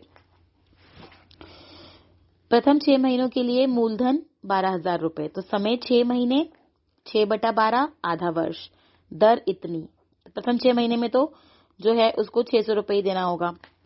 इस तरीके से निकाला हमने। 12,000 इंटरेस्ट का फॉर्मूला है, 12,000 गुणा 10 1/2/100 यानी 600 रुपए। तो A बराबर P प्लस I यानी 12,600। ये अगले 6 महीने के लिए मूलधन होगा। फिर 12,600 पे अगली बार जो इंटरेस्ट लगेगा वो 12,600 पे लगेगा। 12,600 गुणा 10 1/2/100, 630 रुपए। तीसरी वर्ष में किस पे लगेगा, 12,000। मतलब पहले जो है वो 12,000 पे लगा, दूसरा 12,000। ये इन्होंने 2 तरीके से आपको हल करके दिखाया है। ये सीधा इन्होंने उल्टे हाथ की साइड में किया है, उसमें इन्होंने सीधा फॉर्मूला लगा दिया, फॉर्मूले के अंदर रख के आपको दिखाया। हाँ, और इसमें इन्होंने हर महीने अलग अलग वो इंटरेस्ट निकाल रहे हैं जो आप सिंपल इंटरेस्ट निकालते थे, पर वो हर बार अलग अलग अमाउंट पे निकाल रहे हैं। पहले 12,000 पे लगाया, फिर 12,600 पे निकाला, फिर जो अमाउंट आया 12,000, तीसरी बार जो आया वो उसमें जोड़ के 630 इसमें जोड़ दिया। तो इस तरीके से तो फिर A प्लस I कर दिया। तो देखो दोनों में हमारा जो उत्तर है वो सेम आया, 13891। इसमें भी आया 13891। तो आप सीधा इसी तरीके से करो, इसमें ज्यादा कंफ्यूजन है, ज्यादा कैलकुलेशन हो जाती है। तो आप सीधा ये फॉर्मूला लगाओ, इस फॉर्मूले में सब कुछ रखो और उस तरीके से करो। प्रयास कीजिए।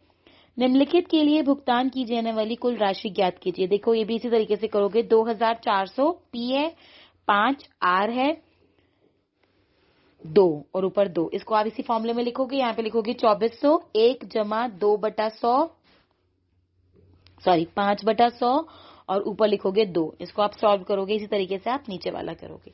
उदाहरण 13। 10,000 रुपए की राशि का 1 वर्ष और 3 महीने के लिए 8 वार्षिक दर से निवेश करने पर चक्रवृद्धि ब्याज ज्ञात कीजिए, जबकि ब्याज वार्षिक संयोजित होता है।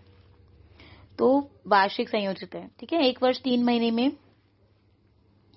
मयूरी ने सर्वप्रथम समय को वर्षों में परिवर्तित किया। तो देखो समय आपको दे रखा है 1 वर्ष 3 महीने में।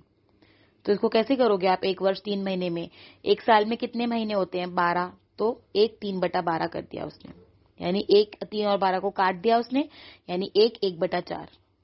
ठीक है, 1 वर्ष 3 महीने का मतलब ही हो गया 1/1/4, यानी 1 वर्ष तो पूरा और एक जो है उसमें सिर्फ 3 महीने, 1/1/4। और मयूरी ने ज्ञात सूत्र में मान रखने का प्रयास किया और 10,000 रुपए 1 जमा 17/200। 17/200 कैसे आया? 8 1/2 है, तो 8 इसको कैसे करेंगे आप? 8/8 को 2 से गुणा करेंगे और साथ वाले से जमा करते हैं, ऐसे ही करते हैं ना। 2 8 16 जमा 1 17/2, तो यानी 17/200 हो गया। ये नीचे 100 की जगह 200 हो गया।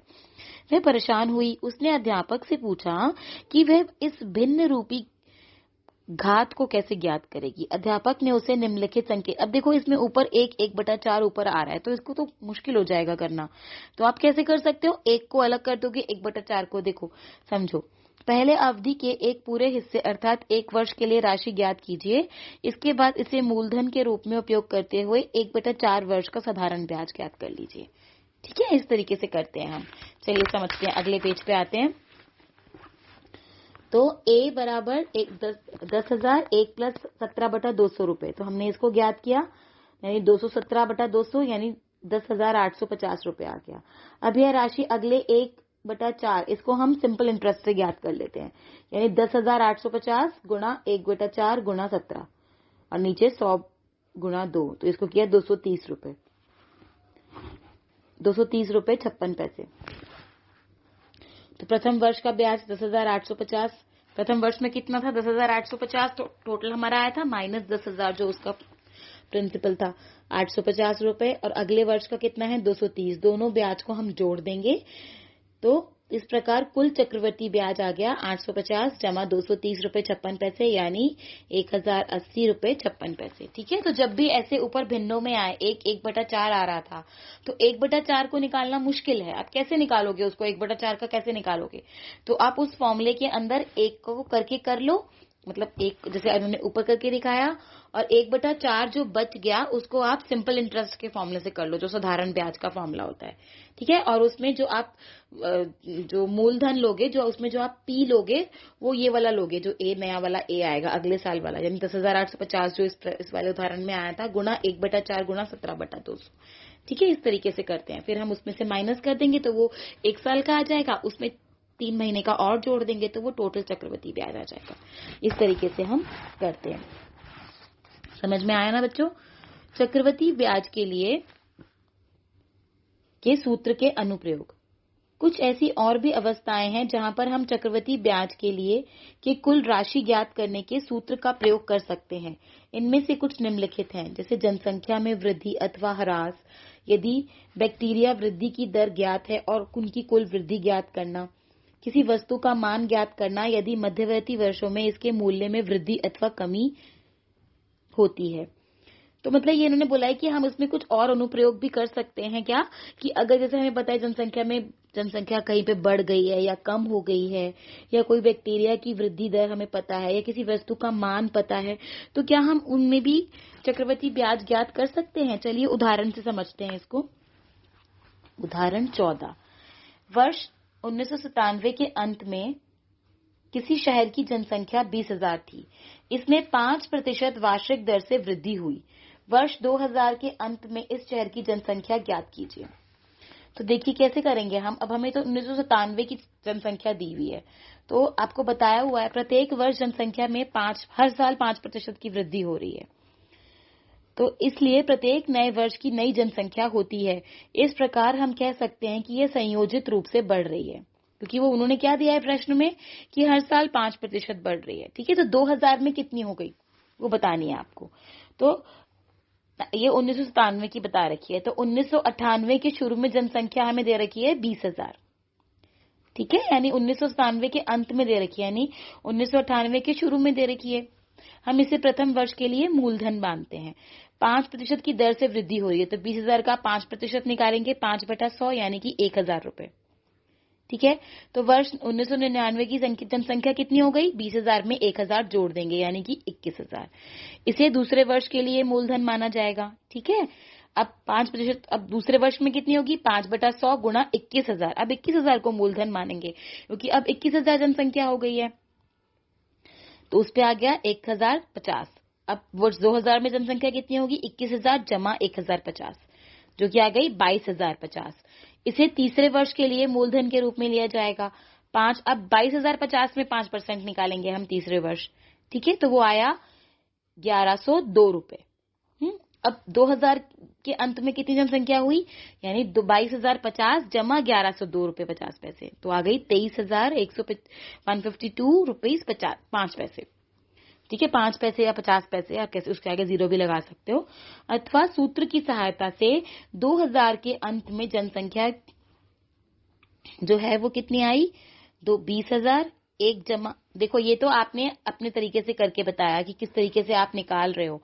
इसको अब फॉर्मूले में पुट करके देखो तो क्या सेम अमाउंट आता है? तो देखो 20,000 लिखा आपने, 1 जमा 5% की वृद्धि हो रही है बटा 100 और ऊपर 3 लिख दिया।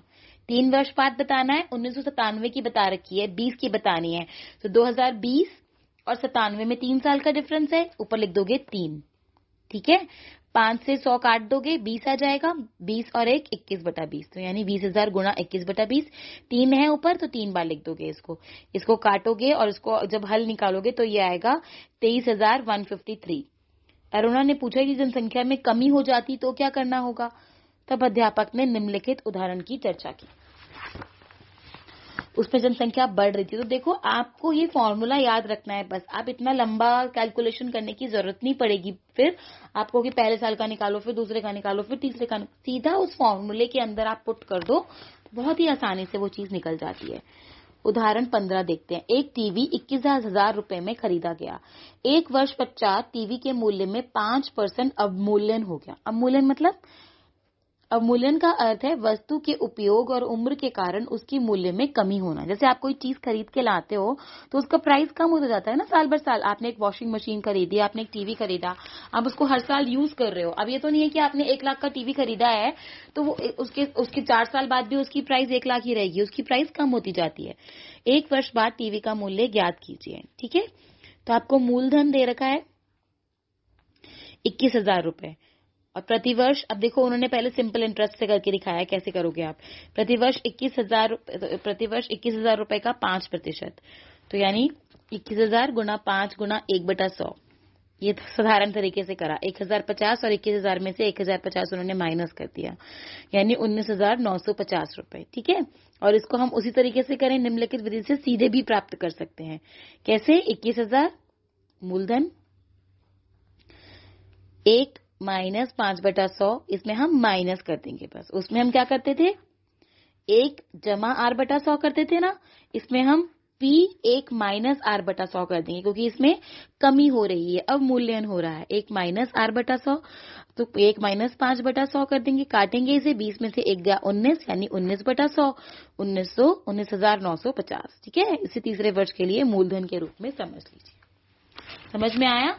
सीधा हम ये फॉर्मूला लगाकर कर सकते हैं। ऐसे ही प्रयास कीजिए। 10,500 रुपए मूल्य की एक मशीन 5% की दर से अवमूल्यन होता है, तब 1 वर्ष पश्चात उसका मूल्य, तो कैसे लिखोगे आप? 10,500 ब्रैकेट में 1 माइनस 5/100, इसको सॉल्व करोगे और जो भी आएगा वो उसका होगा। इसी तरीके से आप इसका दूसरा प्रश्न करोगे। चलिए प्रश्नावली 8.3 करते हैं।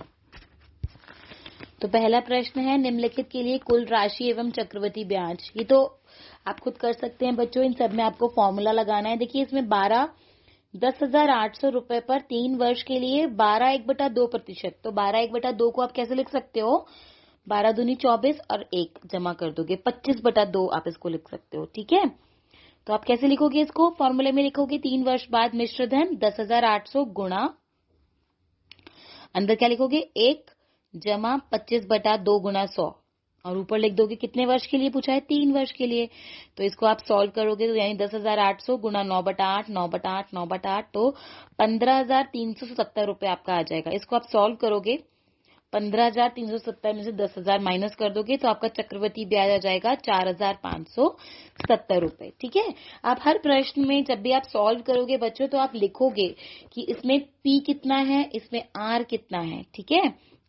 जैसे आप लिखोगे P 18,000 रुपए, दूसरे प्रश्न में P यहाँ P बराबर 18,000 रुपए, R बराबर 10% और T बराबर 2 1/2, ठीक है, या n बराबर 2 1/2। 2 1/2 को भी आप लिख सकते हो। तो आप 2 को अलग कर सकते हो 1/2 को, जैसे हमने उदाहरण में किया था, यानी 18,001 जमा 10/100 और ऊपर 2 लिख दोगे और उसमें लिख दो और अलग से, या तो इसी में आप 1 जमा आधा गुणा 10/100 भी कर सकते हो, या आप ऐसे भी कर सकते हो जैसे आपने ऊपर वाले उदाहरण में किया था। आप जो इसका तो 2 साल का निकाल सकते हो और उसी जो आप 2 साल के बाद जो आएगा आधे साल का जो अमाउंट आप लोगे वो उसमें लेकर आधा के हिसाब से आप उसमें सिंपल इंटरेस्ट छोड़ के फिर दोनों को ऐड करके चक्रवृद्धि ब्याज निकाल सकते हो। ठीक है, इस तरीके से भी आप कर सकते हो। ये सारे प्रश्न इसी तरीके से करोगे आप। कमला ने एक स्कूटर खरीदने के लिए किसी बैंक से 26,400 रुपए वार्षिक पर 15% वार्षिक दर से उधार लिए, जबकि ब्याज वार्षिक संयोजित होना है।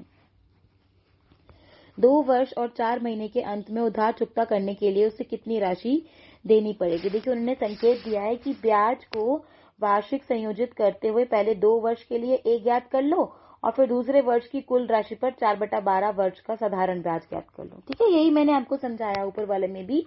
जैसे ये जो उदाहरण आपको जो मैंने ऊपर कराया था, इसमें कौन सा उदाहरण था, ये उदाहरण 13।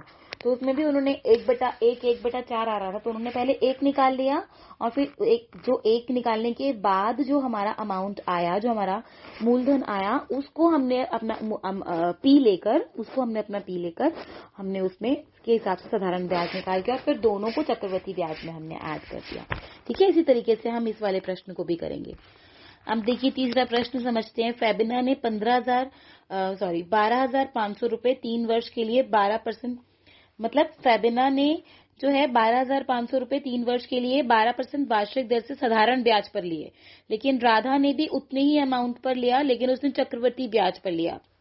तो आप पहले 12,500 का जो है मतलब पहले आप साधारण ब्याज निकालोगे, कैसे, P into R into T बटा 100 वैसे निकालोगे, तो यानी 4,500 आएगा। और फिर आप चक्रवृद्धि ब्याज का फॉर्मूला लगाओगे, चक्रवृद्धि ब्याज निकालोगे, जो कि आएगा 3 वर्ष बाद उसका मूलधन आ जाएगा 16,637 रुपए 50 पैसे। तो जो उसका चक्रवृद्धि ब्याज आएगा वो आएगा 16,637 रुपए 50 पैसे में से 12,500 माइनस करोगे, यानी कि 4,137 रुपए। ठीक है, और दोनों ब्याजों में जो अंतर है वो 362 रुपए 50 पैसे, यानी फेबिना जो है वो 3,062 रुपए 50 पैसे अधिक देगी। ठीक है, मैंने जमशेद से 12,000 रुपए में 2 वर्ष के लिए 6% वार्षिक दर से साधारण ब्याज पर लिए। अगर मैंने यह राशि 6% वार्षिक दर से चक्रवृद्धि ब्याज पर उधार ली होती तो मुझे कितनी अतिरिक्त राशि का भुगतान करना पड़ता। तो ये आप कैसे करोगे, मतलब आपको पहले आप इसका साधारण ब्याज निकालोगे, फिर आप इसका चक्रवृद्धि ब्याज निकालोगे। ठीक है, चक्रवृद्धि ब्याज में जो आपका अमाउंट आएगा उसमें से आप 12,000 माइनस करके देखोगे तो वो आएगा, उसमें से आप साधारण ब्याज माइनस कर दोगे तो आपको पता चल जाएगा कि उसको कितना फालतू देना पड़ता अगर उसने चक्रवृद्धि ब्याज किया होता। जैसे मैं आपको बताती हूँ, साधारण ब्याज की निकालोगे आप P into R into T बटा 100, यानी 12,000 गुणा 6 गुणा 2 बटा 100, यानी 1,440 रुपए साधारण ब्याज आया।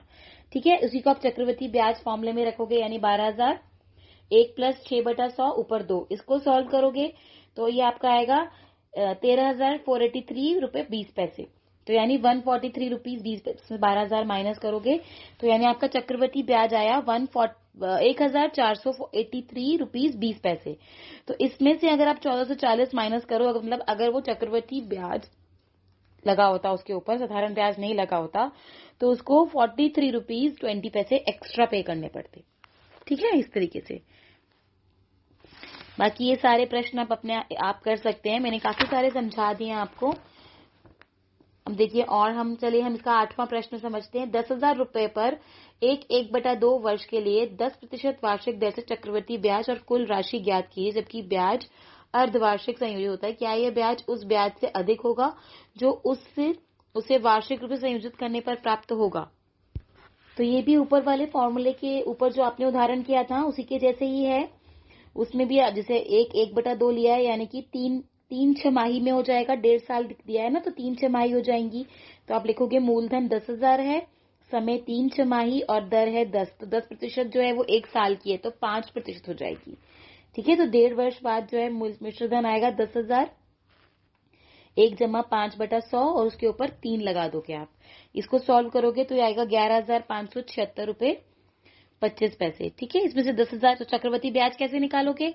11,576 रुपए में से 25 पैसे में से 10,000 माइनस कर दोगे तो आपका चक्रवृद्धि ब्याज आ जाएगा 15,076 रुपए 25 पैसे। ठीक है, ये जो ब्याज है ये वार्षिक संयोजित होने वाले ब्याज से अधिक है, क्योंकि वार्षिक रूप से संयोजित अगर आप वार्षिक रूप से निकालोगे तो वो आपका आएगा 11,550 रुपए।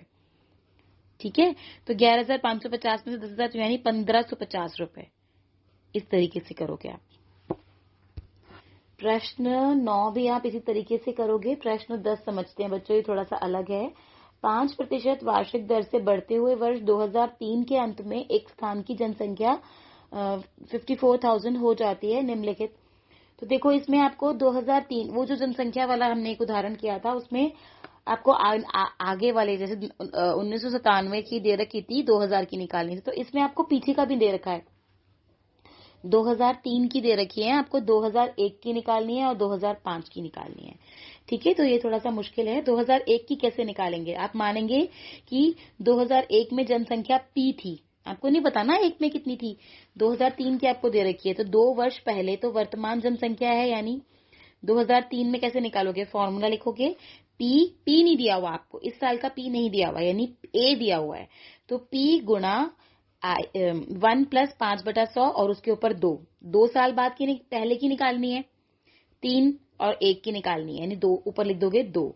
ठीक है, A की जगह आप लिख दोगे 54,000, यानी 54,000 बराबर P गुणा 100 को इसको करोगे तो काट दो, 20 5 नीचे 20 आ जाएगा, तो 20 जमा 1 यानी 21/20, 21/20।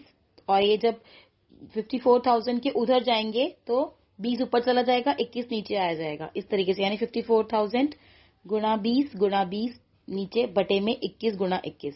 ठीक है, तो इसको सॉल्व करोगे तो आपकी जनसंख्या यानी 2001 की जनसंख्या आ जाएगी 48,980 यानी 48,980 रुपए लगभग थी। ठीक है, और दूसरा में पूछा है 2005 में, ये तो आप खुद कर सकते हो। 2005 यानी 2 साल बाद की पूछी है, समय तो 2 ही आएगा ऊपर, और इसमें तो P आप 94,000 ले सकते हो, तो 94,000 गुणा 1 जमा 5/100 गुणा और उसके ऊपर लिख दोगे 2 और इसको सॉल्व कर लोगे। ये तो आसान है। ठीक है, 2001 की जो थी ये थोड़ी सी मुश्किल थी निकालनी। इसी तरीके से आप प्रश्न 11 और 12 कर सकते हैं, ये दोनों ही आसान है बच्चों। एक स्कूटर 42,000 में खरीदा गया, 8% वार्षिक दर से इसके मूल्य का अवमूल्यन हो गया। हाँ, तो इसमें प्राइस कम हो गई है, इसमें हम माइनस वाला फॉर्मूला लगाओगे। ठीक है, यानी उसका आरंभिक था 42,000 42,000 रुपए और उसका अवमूल्यन हो गया 8, तो क्या फॉर्मूला लगाओगे आप? 42,000 गुणा 1 माइनस 8/100 और इसको आप सॉल्व कर लोगे तो ये आएगा 48,640 रुपए। ठीक है, इस तरीके से हमने ये अध्याय यहाँ पे खत्म किया। हमने किन तथ्यों पर विचार किया? पहला, अंकित मूल्य पर दी गई छूट को बट्टा कहलाती है। बट्टा क्या होता है? अंकित मूल्य माइनस विक्रय मूल्य। ठीक है, जो उसका प्राइस है उसके ऊपर जो डिस्काउंट लगा हुआ है वो बट्टा होता है। अंकित मूल्य माइनस विक्रय मूल्य, उसका सेलिंग प्राइस माइनस कर दें अगर हम, तो वो बट्टा आ जाता है हमारा। दूसरा, यदि बट्टा प्रतिशत दिया हुआ है तो बट्टे का परिकलन किया जा सकता है। कैसे? बट्टा बराबर अंकित मूल्य का बट्टा प्रतिशत। किसी वस्तु को खरीदने के लिए उस पर किए गए अतिरिक्त खर्च को क्रय मूल्य में जोड़ दिया जाता है और वे ऊपरी खर्चे कहे जाते हैं।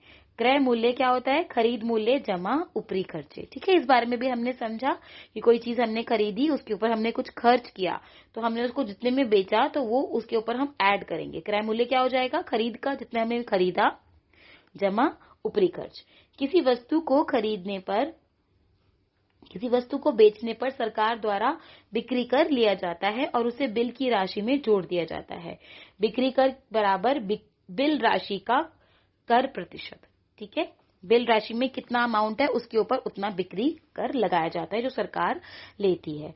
पिछले वर्ष की कुल राशि A बराबर P + I पर परिकलित किया गया ब्याज चक्रवृद्धि ब्याज कहलाता है। ठीक है, चक्रवृद्धि ब्याज के बारे में आपने समझा कि जैसे इस आपने 10,000 का लिया है और 10% के हिसाब से, तो अगले 10 से 10% उस पर 1,000 आ गया, अगले साल 11,000 लगेगा, यानी A बराबर P प्लस I, अगले साल 11,000 पे 10% लगेगा, तो उस पे जितना भी आएगा फिर जो अमाउंट आएगा उस पे लगेगा अगले साल। इस तरीके से होता है। जब ब्याज वार्षिक संयोजित होता है तो कुल राशि का फॉर्मूला क्या होता है? A बराबर P plus P 1 plus R बटा 100 ऊपर N, जहां P है मूलधन, R ब्याज की दर और N समय है। जब ब्याज अर्धवार्षिक होता है तो दर का आधा किया जाता है और समय को दुगना। ठीक है, तो हम दर को तो आधा कर देते हैं, जैसे अगर 10 है तो 5 हो जाएगा और समय को डबल कर देते हैं, तो कुल राशि हो जाती है P 1 प्लस R बटा 100 और ऊपर 2N, जहां R बटा 2 की 2 ब्याज की अर्धवार्षिक दर हो जाती है और 2N छमाहियों यानी अर्धवर्षों की संख्या हो जाती है। ठीक है, आशा करती हूँ बच्चों आपको अच्छे से समझ में आया होगा। थोड़ा सा ये मुश्किल अध्याय है।